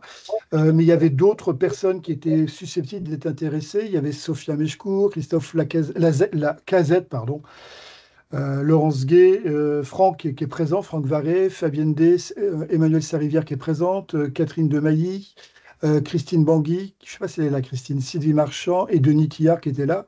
Donc eux aussi sont intéressés. Et donc en termes de méthodologie, c'est un petit peu si on refait un copier-coller par rapport à tout à l'heure, mais ça je laisse moi chaque sous-groupe travailler comme il le souhaite. Hein. Moi je vous l'ai dit, hein, vous faites ce que vous voulez. C'est juste effectivement peut-être de redéfinir. Alors quand on parle du périmètre, c'est vrai qu'au départ, c'est un périmètre essentiellement ESMS, mais pour les ES, il faut s'interroger, hein. Voir effectivement s'il y a des différences majeures ou pas entre le sanitaire. En fait, c'est surtout la fréquence, puisqu'on sait que dans le sanitaire, on fait de la mise en place de précautions complémentaires, respiratoires. En ESMS, c'est un peu plus compliqué. Là, c'est plus l'aspect quantitatif et qualitatif qui pourrait différencier ESMS de ES. Après, dans le fond, c'est les mêmes brocos, mais on est sur du qualitatif et du quantitatif un petit peu différent. Gabriel, je te laisse coordonner pour la première réunion et voir avec les acteurs qu'on a évoqués là sur cette dia, comment vous voulez procéder. Hein. Ouais, donc avec Charlotte, on s'occupe de ça. Ouais. Comment ça se fait que Charlotte... Ah mais non, parce que Charlotte et toi, vous n'apparaissez pas nominativement, vous apparaissez dans le groupe Primo, pour ça. Est-ce que, selon vous, je départage, sinon je ne vous vois plus. Ah non, il y a Cécile qui a levé la main. Je ne voyais pas. Oui, Cécile. c'était pour, par rapport à un autre groupe, je l'avais évoqué à la réunion physique là, à Marseille, mais et je voulais avoir l'avis de Gabriel aussi. Est-ce que pour l'application en ville, nous on travaille beaucoup avec les infirmiers libéraux et puis les HAD qui travaillent eux-mêmes avec les infirmiers libéraux. Est-ce que, bon, ça va être très simplifié hein, sur le domicile parce que par définition, où on aère, enfin on va pas mesurer le CO2, hein, voilà, on va pas avoir un carnet sanitaire, donc où on peut ouvrir et aérer, où on va considérer que le traitement, enfin l'air est mauvais, on a un soin de plus de 15 minutes et on met un masque FFP2 et moins de 15 minutes, voilà, je pense que ça va être très, très simplifié, me semble-t-il. Du coup, est-ce que, voilà, est-ce qu'on pourrait pas travailler sur une visualisation? Alors, je sais pas, dans les outils SMS, qu'est-ce qui sera prévu, quoi. Mais si c'est de mettre en plus visuel les recours, enfin les deux matrices, le choix des deux matrices, peut-être qu'il suffira d'en faire, de diffuser en ville finalement et de présenter en ville plutôt celle dans les mauvaises conditions. Enfin, je sais pas, quelle est la vie? Enfin, voilà, est-ce qu'il y a d'autres CPS aussi qui travaillent avec leurs interlocuteurs de ville et qui se disent ben, qu'il faudrait aussi qu'ils l'accompagnent vis-à-vis de ces acteurs? Et c'est vrai qu'on pourra, les outils qu'on va faire par groupe, établissement, pardon, carnet sanitaire, traitement d'air, choix des masques, tout ça n'est pas du tout adapté à la ville, mais peut-être c'est plus le groupe de Gabriel, je sais pas. Donc, Gabriel, je sais pas quel est ton avis. C'est comme pour les établissements sanitaires, je pense que ce qu'on va développer dans le cadre du médico-social va probablement avoir une extension possible à la ville, hein. Sachant que de mon point de vue, mais on a peut-être des avis différents, le nœud du problème, c'est l'évaluation initiale de la ventilation. Enfin, je me répète par rapport à tout à l'heure, mais si au domicile, tu n'as pas d'évaluation de la qualité de l'air intérieur. Enfin, je veux dire, c'est la fenêtre ou tu l'ouvres pas. C'est valable en ESMS comme c'est valable en établissement de santé. Ouais, c'est plus, enfin, tu vois, en ville. Tu viens faire un soin chez un patient, tu ne vas pas aller lui mesurer le CO2. Non, mais je vous en parle parce que nous, on a clairement des établissements qui ne vont pas faire l'évaluation CO2. Oui, et qui vont se mettre toujours dans la mauvaise. Dans la matrice où tu ne maîtrises pas, ouais. Nous aussi, on a eu ce retour. Hein. Mais ne serait-ce que de décider ça, c'est-à-dire que tu te mets dans les conditions défavorables, c'est déjà une décision en soi, parce que certains pourraient tenter de se mettre de l'autre côté aussi. Hein. Enfin, donc voilà, je pense que pour répondre à ta question, ce qu'on va développer dans le médico-social aura une application potentielle en sanitaire, peut-être avec quelques petites modifs, mais on n'a dit pas tant que ça. Et la ville, ça sera à peu près pareil. Hein. Donc voilà, il faudra juste distinguer les choses, peut-être avec quelques petites nuances et puis un titre différent, quoi. On pourrait être un peu brut là, mais bon. Ouais.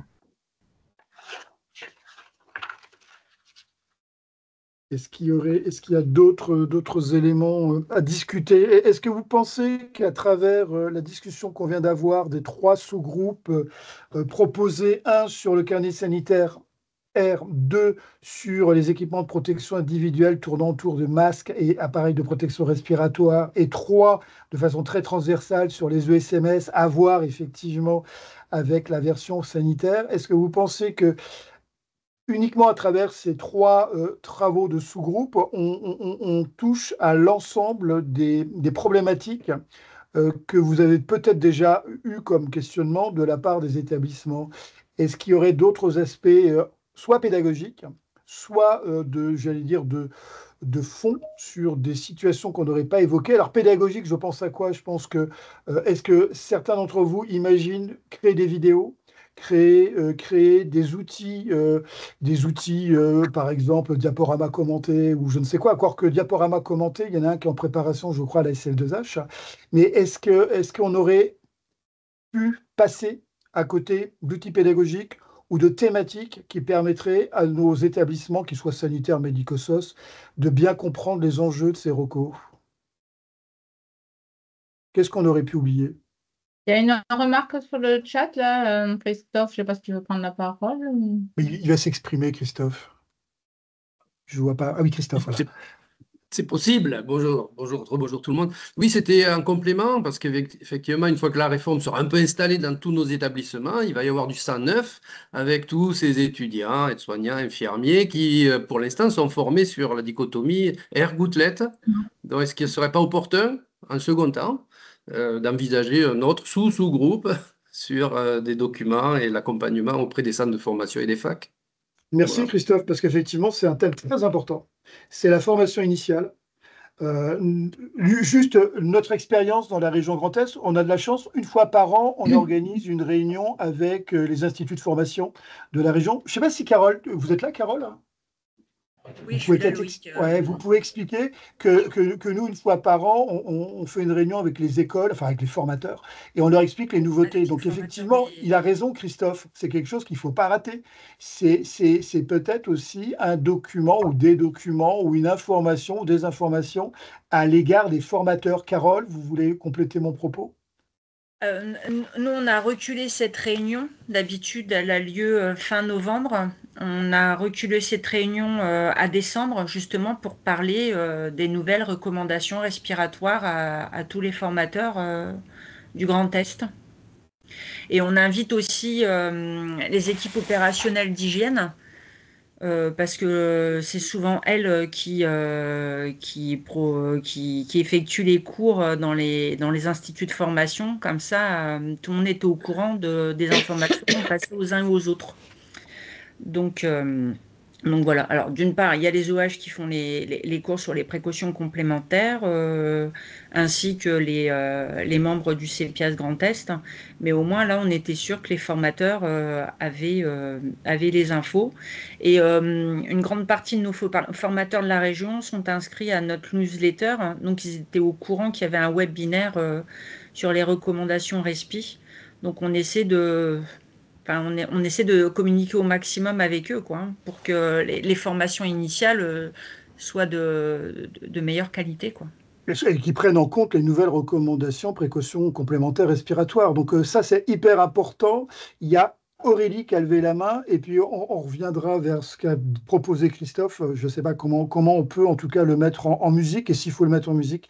Aurélie? Merci, Carole. Oui, nous, c'est juste pour, au niveau de l'Auvergne-Rhône-Alpes, existait avant un réseau qui s'appelait le réseau des IFAS, qui était pour aider les instituts de formation à faire la formation initiale au niveau des aides-soignants. On a relancé ce réseau depuis septembre l'année dernière avec des newsletters et des choses comme ça, et on a organisé fin juin, donc une journée à destination de tous les formateurs, de tous les IFPS de la région Auvergne-Rhône-Alpes, de façon à pouvoir leur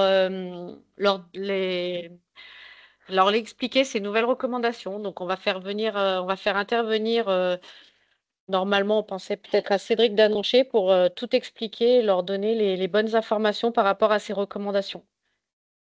Et dans un second temps, avant, il existait aussi la campagne, pour ceux qui connaissent, Stop Risk Plus. On est en train de la transformer en boîte à outils. Donc, on a commencé par les précautions complémentaires contact. On attendait les recos pour faire évoluer des outils de formation, des PowerPoint, des choses comme ça, à destination des OH, EMH pour les précautions respiratoires. Ça, c'est un projet, on a commencé, mais c'est assez lourd. On travaille dessus sur ces outils de formation.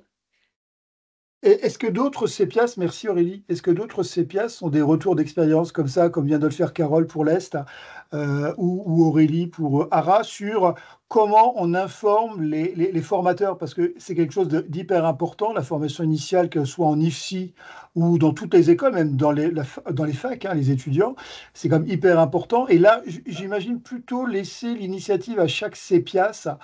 Mais maintenant, on peut aussi colliger une stratégie nationale sur qui informer, comment les informer. Mais comment vous voyez les choses? Est-ce que d'autres CEPIAS que ARA puis Grand Est ont des retours d'expérience sur l'information des formateurs? Cécile? Bon, Citani, je ne sais pas si Hervé, tu veux prendre la parole? Oui, vas-y, je compléterai parce que j'ai un truc à dire. On avait fait donc un premier, on a eu du mal à travailler avec les instituts. On travaillait avec le CEFIEC, qui est un organisme pour l'amélioration de la qualité, là, mais qui fait le lien normalement avec tout type d'école, mais ça a été plus un frein qu'un moteur. Et donc, on a fini par faire un webinaire sur le socle de compétences avec tout ce qui était mesure de PCI, et c'était en 2023.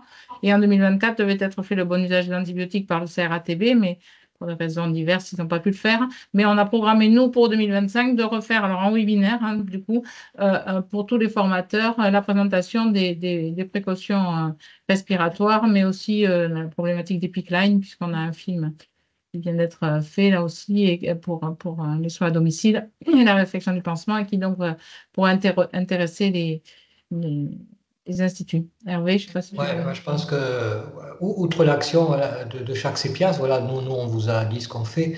Je trouvais que c'était intéressant l'idée de Christophe et peut-être d'anticiper la rentrée scolaire là, Est-ce que 2025. c'est ce que j'allais dire, Hervé. Ouais, Effectivement, il ne faut voilà. pas rater la rentrée Et universitaire voilà, et donc 2025-2026. peut-être parce que je sais que nous, on a des liens quand même chacun avec les formateurs à des moments donnés, et on est sollicité et commence à préparer les cours assez tôt.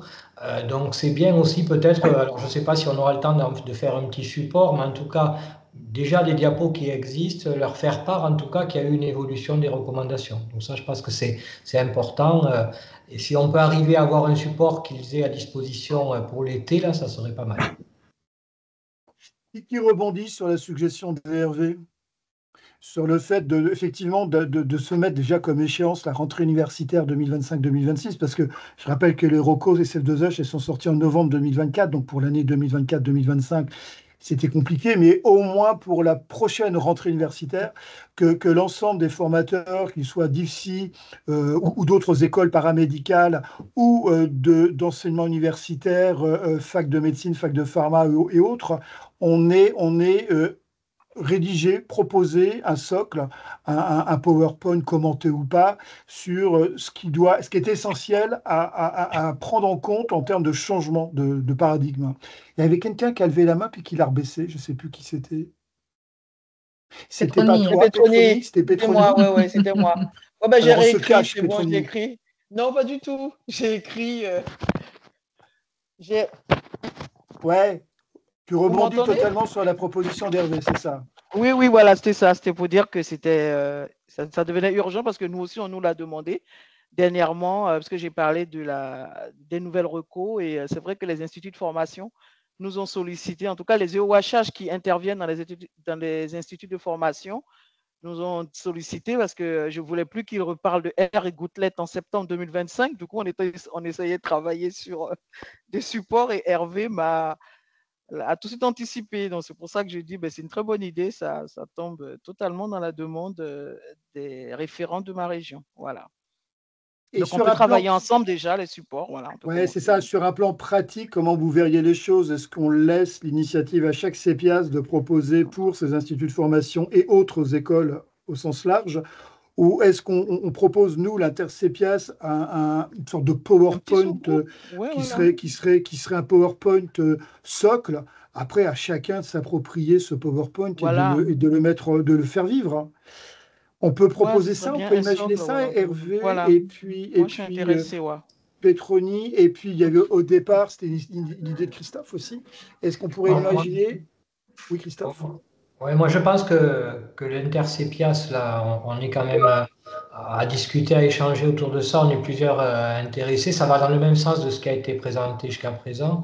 Donc si on peut avoir quelque chose qu'on arrive à finaliser, ce sera bien. Ouais. Même si comme nous, on a prévu de faire une action, on pourra de toute façon utiliser ce support et se l'approprier et le modifier si on souhaite. Mais en tout cas, il y aura quelque chose de conçu en Inter-CEPIAS. Ok, donc qui veut partager cette idée? Donc il y a Hervé, Petroni, Christophe, peut-être, et d'autres. Il y a Carole qui lève la main.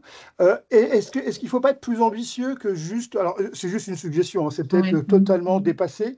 Être plus ambitieux qu'un simple PowerPoint en se disant, est-ce qu'on ne peut pas faire un outil vidéo ou autre, expliquant l'évolution des précautions complémentaires, pourquoi on passe de air gouttelette à respiratoire, mais c'est peut-être ambitieux et ça dépasse peut-être nos compétences, j'allais dire pédagogiques, de réaliser une vidéo en plus d'un PowerPoint. Je sais que certains sont spécialistes. L'un n'empêche pas l'autre, en fait.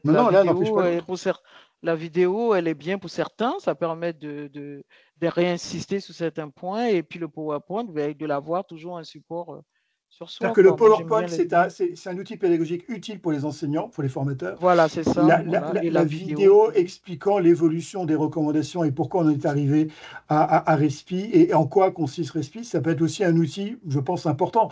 Après, c'est pas facile à réaliser parce qu'il faut écrire un scénario, après il faut faire le film.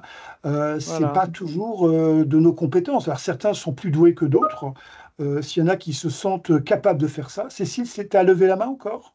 Oui, j'ai levé la main, mais c'était pour dire un petit peu ce que tu viens de dire. C'est-à-dire que pour moi, je trouve qu'un PowerPoint, on a présenté les recos dans nos régions. Ceux qui ne l'ont pas encore fait peuvent partager les PowerPoints que Bien l'on sûr. a déjà présentés. Il en existe plusieurs et qui sont en ligne sur nos sites. Euh, Là, pour moi, il faudrait peut-être aller au-delà. C'était, enfin voilà, c'était effectivement, alors pourquoi pas un support socle pour utiliser un petit PowerPoint, mais au-delà, quand même, un outil plus. Et puis pas des interviews, quoi, hein, qui amènent à peu près rien, mais plutôt un petit tuto ou un petit. Voilà, qui illustre en fait l'intérêt de pourquoi l'air ne se renouvelle pas et pourquoi je vais devoir, voilà, en fonction. Voilà, je trouve que ce serait. Si on Bien veut sûr. donner quelque chose d'utile, ou alors on fait juste un PowerPoint simple et les outils que nous, on va travailler et proposer, mais qui sont plutôt des outils d'aide pour les établissements sanitaires. Donc peut-être que ça ne répondra pas à la problématique, alors que là, ce serait peut-être plutôt effectivement le côté pédagogique. Alors je ne sais pas si là-dessus, par exemple, on peut solliciter Matisse une fois de plus. Mais c'est vrai que c'est eux qui maîtrisent bien quand même hein, l'outil. Oui, mais Et, Cécile, ils sont absents. On ne va pas parler des et absents. oui, On non, va non, pas mais charger la barque des absents. le groupe peut, tu vois, si le Oui, groupe on se peut leur constitue, suggérer. il peut se, parce qu'après, bon voilà, Mais pour tu sais, moi, le mettre en disposition comme PowerPoint, c'est un peu limité, voilà. non, mais je pense que le PowerPoint, il a son utilité, il sera utile au formateur, au formateur d'une IFSI qui ne voudra pas forcément refaire un PowerPoint. On peut leur proposer un PowerPoint type qu'ils intègrent ou pas, hein. Après, ils Ouais, s'approprient ou pas. Mais au-delà du PowerPoint de formation de type cours, hein, il faut peut-être effectivement Voilà. avoir, comme je le proposais, Mm. un peu d'ambition et faire quelque chose en termes de vidéo. Nathalie? Tu parlais tout à l'heure de la SF2H qui développe un PowerPoint là tout de suite. Du Ouais, coup, mais est-ce là, que je c'est pas maîtrise pas. cet Et oui, outil-là c'est ça qui suffirait. Je sera maîtrise pas. utilisé? Alors Non? peut-être qu'il faut qu'on repose la question à Olivia et à Sarah en leur demandant où ils en sont et quel serait le contenu. Est-ce que moi ce que je crains, enfin c'est pas une crainte en soi, ça me paraît très logique, c'est que ce diaporama soit très centré sur les recommandations de la SF2H, mais soit pas forcément approprié pour faire de l'enseignement universitaire ou en ICI ou en école. Tu comprends? C'est peut-être plus je pense que ça risque d'être ça, un diaporama qui est fait pour les OH et les EMH, mais pas fait pour un enseignant qui va enseigner en ICI. Mais je me trompe peut-être, hein. Bah, du coup, peut-être à caler avec eux le contenu Ouais. pour voir comment après nous, on ajuste si besoin. Et puis, deuxième question, mais ça rejoint ce que disait Cécile, parce que les tutos et autres, c'est peut-être des éléments qui seront d'ores et déjà présents dans la box respiratoire et que Mathis met à jour. Et du coup, peut-être regarder ce que eux souhaitent faire et identifier du coup un complément de ce qu'ils n'auraient pas envisagé et qui nous semblerait pertinent de développer. Très bien. On peut demander. De toute façon, j'essaierai de me rapprocher d'Anne-Gaëlle et de Raymond parce qu'il faut absolument qu'on fasse un retour de cette réunion à Anne-Gaëlle et Raymond pour qu'ils intègrent et qu'ils nous disent s'ils veulent ou pas, hein, parce que moi, je ne me prononce pas pour eux, hein. Je ne sais pas ils ont aussi une charge de travail et à voir si effectivement ils sont d'accord ou pas. Et s'ils ne sont pas d'accord de faire tout ce qu'on a pu leur proposer, ce qu'on pourrait comprendre, voir comment on peut faire autrement. Carole, vous avez levé la main? Carole, Oui, Carole puis après Hervé. demain, je vois Sylvain Brichet, Oui, j'y ingénieur pensais. neurosciences J'y pensais. à l'IRF de Reims, hein, avec qui Marina Pereira-Colo avait fait les vidéos Marcel avec les étudiants infirmiers. Nous, on voulait refaire une vidéo avec lui sur les fausses idées sur la solution hydroalcoolique. Mais je pourrais profiter demain de voir comment il compte dans l'IRF aborder les précautions respiratoires et voir s'ils ont un projet de mettre quelque chose en place. Peut-être Oui, faire un on peut partenariat toujours, on peut avec eux. toujours voir de notre côté. Alors c'est sûr, ce serait une initiative de notre part, mais ce sera une initiative qui sera mise dans le pot commun et partagée avec tout le monde. Oui, oui. Vous connaissez les aventures de Marcel? Oui. Est-ce que vous connaissez tous les aventures de Marcel? Si vous ne les connaissez pas, c'est dommage. Oui. Donc merci Carole, et puis vous me redirez si Sylvain Brichet peut avoir un intérêt ou pas à ce type de projet. Ok, pas de souci. Hervé? Oui, je crois Ah non, qu'il y c'était avait pas Hervé qui avait levé la main. Il y avait Christophe. Oui, Excuse-moi, Christophe. c'est égal, Hervé ou moi. Surtout que ça va être une redite peut-être, cher Hervé. Donc, je voudrais dire que, considérant la rentrée de septembre et donc des interventions à faire avant juin, hein, pour faire court, le temps presse. Et les PowerPoint, la première idée, ben, ils existent déjà, quoi. Ça doit être très rapidement réalisé. Tout le reste de ces questions d'harmonisation, de ne pas faire de doublons, de superposer avec la SF2H, etc. Je pense que ça ne doit pas empêcher que l'on puisse produire un PowerPoint. En plus, moi, j'en ai plutôt besoin, hein, isolé comme je le suis. Et puis, avec peut-être une webconf au niveau national qui peut être proposée en appui avant le mois de juin. Donc, je pense que les deux peuvent se mener de front. Mais cette webconf que tu évoques, Christophe, ça serait destiné à qui? Ah ben à tous les formateurs qui auront à traiter ce sujet à partir de septembre. Alors ça, au niveau national. C'est quelque chose qui n'est pas toujours facile parce que, alors, c'est pas impossible, c'est que chaque région connaît ses formateurs, du moins devrait connaître ses formateurs. Par contre, je pense qu'en national, c'est plus compliqué de se dire, ou alors, si, on peut toujours imaginer, mais ça risque d'être un petit peu abondant d'imaginer inviter tous les formateurs à une webconf nationale pour leur présenter. Ça, c'est quelque chose que j'ai un peu plus de mal à imaginer, mais bon, rien n'est impossible, hein. D'accord. Ben, en tout cas, au moins un PowerPoint qui harmonise un peu nos pratiques. Voilà. Et puis ben, après, chacun pour soi, il n'y a pas de souci. Moi, je pourrais déployer tout ça dans un petit territoire. Mais voilà. Donc, je pense qu'il faudrait faire ce sous-groupe avec le PowerPoint qui existe déjà, hein, au travers de tout ce que j'ai déjà benchmarké. D'ailleurs, cher Loïc, je récupère le tien pour une intervention sur les EOH demain.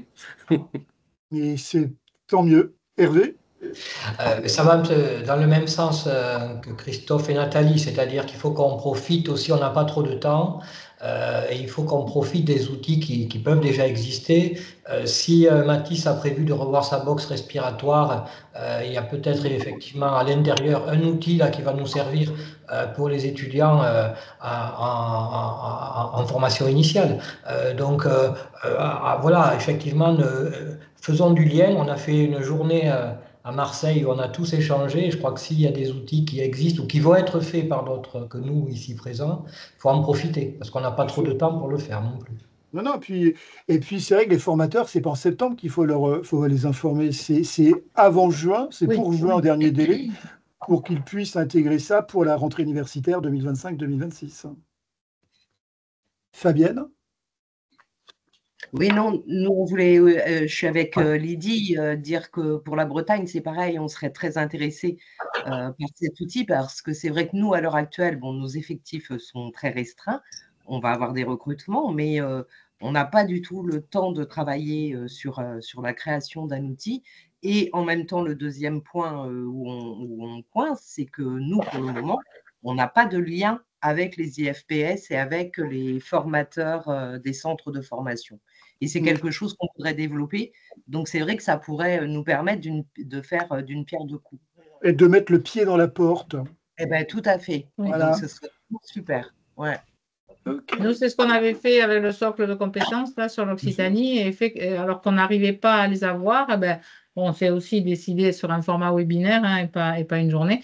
Mais du coup, ça a permis quand même d'enclencher. Voilà. Et pour répondre à Christophe Cassette, rien n'empêche s'il y a des webinaires qui sont organisés par des régions plus dotées, plus importantes, de te donner, enfin, tu vois, d'échanger sur nos dates de présentation pour pouvoir que tu y fasses, toi, tu serais chargé de la diffusion auprès de tes écoles, toi, tu as envie de le faire pour asseoir ton positionnement, mais si tu n'as pas le temps et que tu ne peux pas le faire, eh bien, tu peux aussi choisir de diffuser une date d'un webinaire d'ailleurs.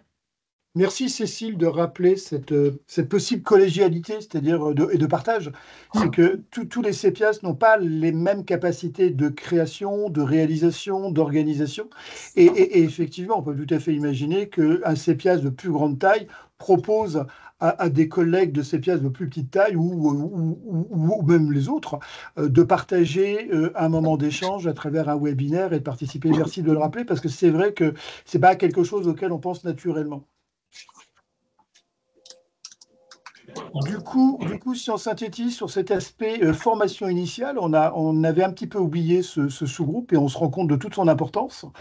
Donc, à travers les échanges avec Christophe, Hervé, Cécile, Fabienne, Carole, on voit quand même qu'il y a quelque chose à faire. Il y a même deux choses à faire. Il y a voir la création. C'est voir la création d'un outil PowerPoint. Peut-être aussi prendre langue avec Sarah Romano-Bertrand et Olivia Ketapers sur le diaporama commenté que la SF2H va réaliser. Mais c'est peut-être pas l'outil idéal pour les formateurs, peut-être plus pour les OH. Et puis, être plus ambitieux qu'un simple diaporama et voir en parallèle ou dans un deuxième temps un outil de type vidéo ou de type animation pour expliquer pourquoi ces changements et vers quels changements vont ces précautions complémentaires respiratoires. Est-ce que j'ai synthétisé votre vision à toutes et à tous? Très bien. Je ne sais pas si c'est très bien. Qui veut s'exprimer? Je sais pas, il y a encore Fabienne et Cécile qui ont les mains levées, mais peut-être que c'est plus opportun. En tout cas, pas pour Fabienne. Cécile, c'était encore opportun? Oui, pas c'est vrai, tu me connais, c'est toujours opportun. Non, j'ai toujours quelque chose à dire. Je le sais. Non, c'était juste pour du coup synthétiser pour Mathis, là, de bien les interroger sur la box Respi et quels outils, tu vois, il est prévu sur la box Respi pour faire le Non, mais lien tu as raison, justement. Cécile, je te coupe, mais c'est vrai que c'est très simple. Il suffit de demander à Mathis comment va évoluer la box Respi voilà. et quelles sont les évolutions et quand il y aura ces évolutions. S'ils nous disent on n'a pas prévu d'évolution, on a prévu des évolutions à minima, ça voudra dire qu'il faudra que nous, de notre côté, on prenne en compte cette réponse et qu'on crée de notre côté. Voilà. Et donc, il y a la box Matisse et puis il y a aussi Bug Control. Là, je pense que c'est important aussi qu'ils nous tiennent informés de la mise à jour de l'appli Bug Control. Mais ça, je crois que c'est en cours, ou c'est fait, ou ça va être fait, parce que je ne sais plus si c'est Pierre. C'est pas fait parce que si tu vas sur l'appli, là, c'est toujours précaution air et gouttelette. Donc, je ne sais plus voilà. si c'est Pierre ou Engel qui. Je l'ai entendu, ça, récemment. Oui, je sais qu'ils vont le faire, mais s'ils peuvent justement nous donner des échéances, parce que ça aussi, c'est un outil quand même complémentaire qui peut être intéressant. Je suis assez preneuse de voir comment ils vont justement l'intégrer par rapport aux matrices, tu vois, et au traitement d'air. Voilà, c'est pas si simple. Donc, voilà, c'est en ça que c'est important de savoir ce qu'ils vont faire, quoi. Et puis, autre chose pour Mathis, à travers le REPIA, c'est effectivement ce qu'on a évoqué tout à l'heure, c'est de communiquer sur ce qu'on va proposer, sur ce qu'on a proposé là cet après-midi, avec possiblement une date de sortie pour certains documents. Je pense à masques, sur les masques FFP2, le kit, pour que les établissements sanitaires et médico-sociaux visualisent ce que nous sommes en train de faire et prennent en compte nos travaux à venir. Et donc, du coup, c'est du gagnant-gagnant, c'est gagnant pour nous, c'est gagnant pour eux. Et ça, c'est quelque chose qu'il faut qu'on leur propose d'ici la fin janvier. Moi, je veux bien contacter Mathis et Anne-Gaëlle et Raymond. Par contre, donc, tous les autres sous-groupes qu'on a prédéfinis au cours de l'après-midi, je ne sais pas, on va bientôt arriver vers la fin, bientôt 16h. Je ne sais pas si vous voulez qu'on arrête à 16h, ça me paraît bien, parce qu'après, ça fait long. Je ne sais plus ce que je disais. Je disais oui. Donc, contacter Mathis pour savoir pour à la fois leur box Respi, leur implication et puis la communication réalisée. Mais ce qu'il faudra peut-être qu'on fasse entre nous, c'est rédiger, j'allais dire, une petite bafouille expliquant tout ce qu'on va réaliser. Alors, il faut que ce soit synthétique, hein, et qu'on se le fasse tourner entre nous pour l'amender, le modifier et proposer ça à Mathis pour qu'il le diffuse dans les informations REPIA. Je ne sais pas ce que vous en pensez. Ou alors, est-ce que vous pensez que l'un d'entre nous se charge de faire la com à REPIA sans relecture? Vous voulez qu'on procède comment? Avec relecture? Sans relecture?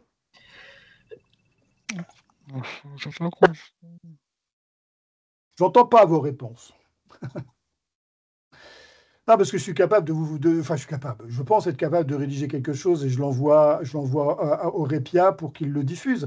Mais si vous voulez quand même relire ce que j'aurais rédigé, ça m'arrangerait bien parce que je ne voudrais pas être responsable de quelque chose de gravissime.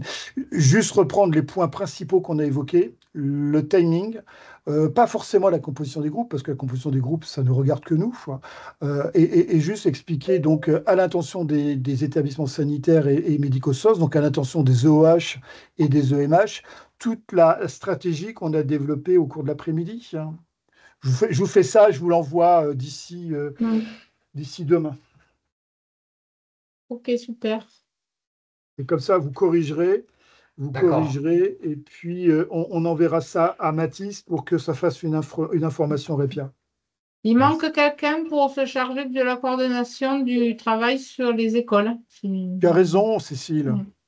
Je crois Ça qu'on a peut être parlé de tout le Hervé, monde. ça peut être Christophe, ça peut être Fabienne, ça peut être Carole, ça peut être Pétronie, ça peut qui, je sais pas, qui veut, entre guillemets, être l'initiateur, sachant que l'initiateur, c'est pas celui qui fait, c'est celui qui initie. Est-ce que ça reste entre nous là ou est-ce qu'il faut aller sur la liste de diffusion inter-CEPIAS pour proposer à l'ensemble des Non, tu peux CEPIAS mettre. qui est un représentant? Non, faudra le faire partie. Ouais. Tu peux mettre sur la liste de diffusion en disant Il faudra voilà. le mettre sur la liste parce que On peut des faire gens ça. qui. Je peux prendre l'initiative d'envoyer un Merci, message à Christophe. l'ensemble des CEPIAS pour dire à l'issue de notre réunion, on va constituer un petit groupe à destination des formateurs. Voilà, Voilà. pour, Et définir recueil des après une volontaires. date des premières réunions. Voilà. C'est ça, et puis un pilotage par quelqu'un qui a une pratique en IFSI ou autre centre de formation. Par exemple, parce que ça, c'est vrai que c'est un élément important, Christophe. Quelqu'un qui est en lien assez fréquent avec l'IFSI aura peut-être plus, effectivement, connaîtra peut-être plus les subtilités. Parce que les formateurs ne sont pas toujours des gens faciles pour avoir fait de la. Oui. Il y a un dialecte social compatible à acquérir. Je me souviens du passage du lavage de main à la friction avec solution hydroalcoolique. Ça n'a pas été simple. Il a fallu. C'est pour ça que le diaporama qui sera proposé, il a intérêt à être en PowerPoint modifiable parce que de toute façon, ils voudront tous mettre leurs pattes et ils ne voudront pas du tout présenter quelque chose qu'ils n'ont pas. Voilà, c'est bien d'avoir un socle, mais il faut savoir que pour la plupart, ils veulent mettre leurs pattes. Non, mais c'est bien qu'on ait un outil qui leur soit confié. Et, voilà, pas PDF, quoi. Voilà, ça c'est la SF2H fera sûrement quelque chose d'enregistré et de fixe et de figé. Voilà, ce qui ne répondra peut-être pas effectivement aux besoins des écoles. Je vais écrire à Sarah et à Olivia de la SF2H pour savoir le timing de leur diaporama commenté. Ce que je crains, c'est qu'en général, il est plus ou moins présenté et discuté dans les foires aux questions, entre autres, au moment du congrès de la SF2H, donc juin. Donc peut-être que ce sera prêt avant, mais juin, ça fait tard ça fait tard, oui. Ça fait tard. Mais là, je m'avance, je dis peut-être des bêtises, donc ne retenez pas ce que je viens de dire. Le mieux, c'est que Sarah et Olivia répondent à la question. Est-ce qu'il y aurait des points, il est bientôt 16h, même si on n'est pas obligé de finir pile à 16h, on peut finir avant, on peut finir après. Est-ce qu'il y a des points qu'on aurait oubliés dans notre stratégie de développement d'outils à l'égard de nos partenaires sanitaires, médico-sociaux et villes? Est-ce que vous voulez qu'on se fixe prochainement une date d'une réunion du même type dans 2 mois ou dans 3 mois pour voir où en sont les sous-groupes et faire un point, ou est-ce que ça ne vous semble pas nécessaire parce qu'on peut fixer, par exemple, là on est au mois de janvier, on peut se dire au mois d'avril, peut-être avril, sachant qu'il y a plein de vacances scolaires en avril, mais se fixer quelque chose en avril pour justement faire un point d'étape sur les différents sous-groupes, où ça vous semble pas opportun? Non, c'est bien.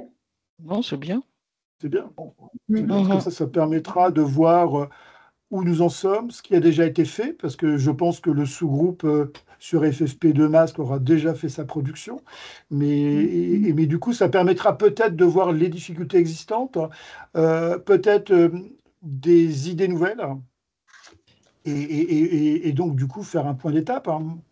J'essaye de vous faire Ouais, vas-y. Peut-être début avril, pour voir, on aura le document peut-être de Nouvelle-Aquitaine là, qui sera fini et on fera un état des lieux des autres. C'est ça.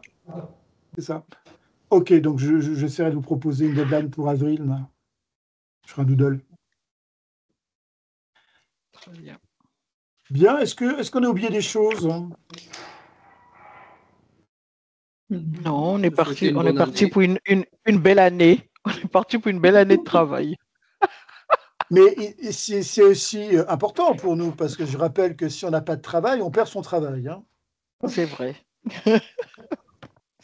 Donc ça justifie aussi nos activités CEPIAS. Et c'est pas non plus totalement désintéressé dans la période actuelle de montrer que nous existons, que nous travaillons et que nous travaillons pour le bien commun, c'est-à-dire les établissements, et que donc du coup on est utile. Voilà, tout à fait. Ok. Tout à fait. C'est bon pour vous? Super, merci. Parfait. Bien, Merci parfait, beaucoup. merci À tous. Et on se remercie mutuellement. Hein. Merci, bonne journée. Au revoir. Merci à tous. Au revoir. Merci, bonne année. Merci. Merci, au revoir. Au revoir à tous. À bientôt.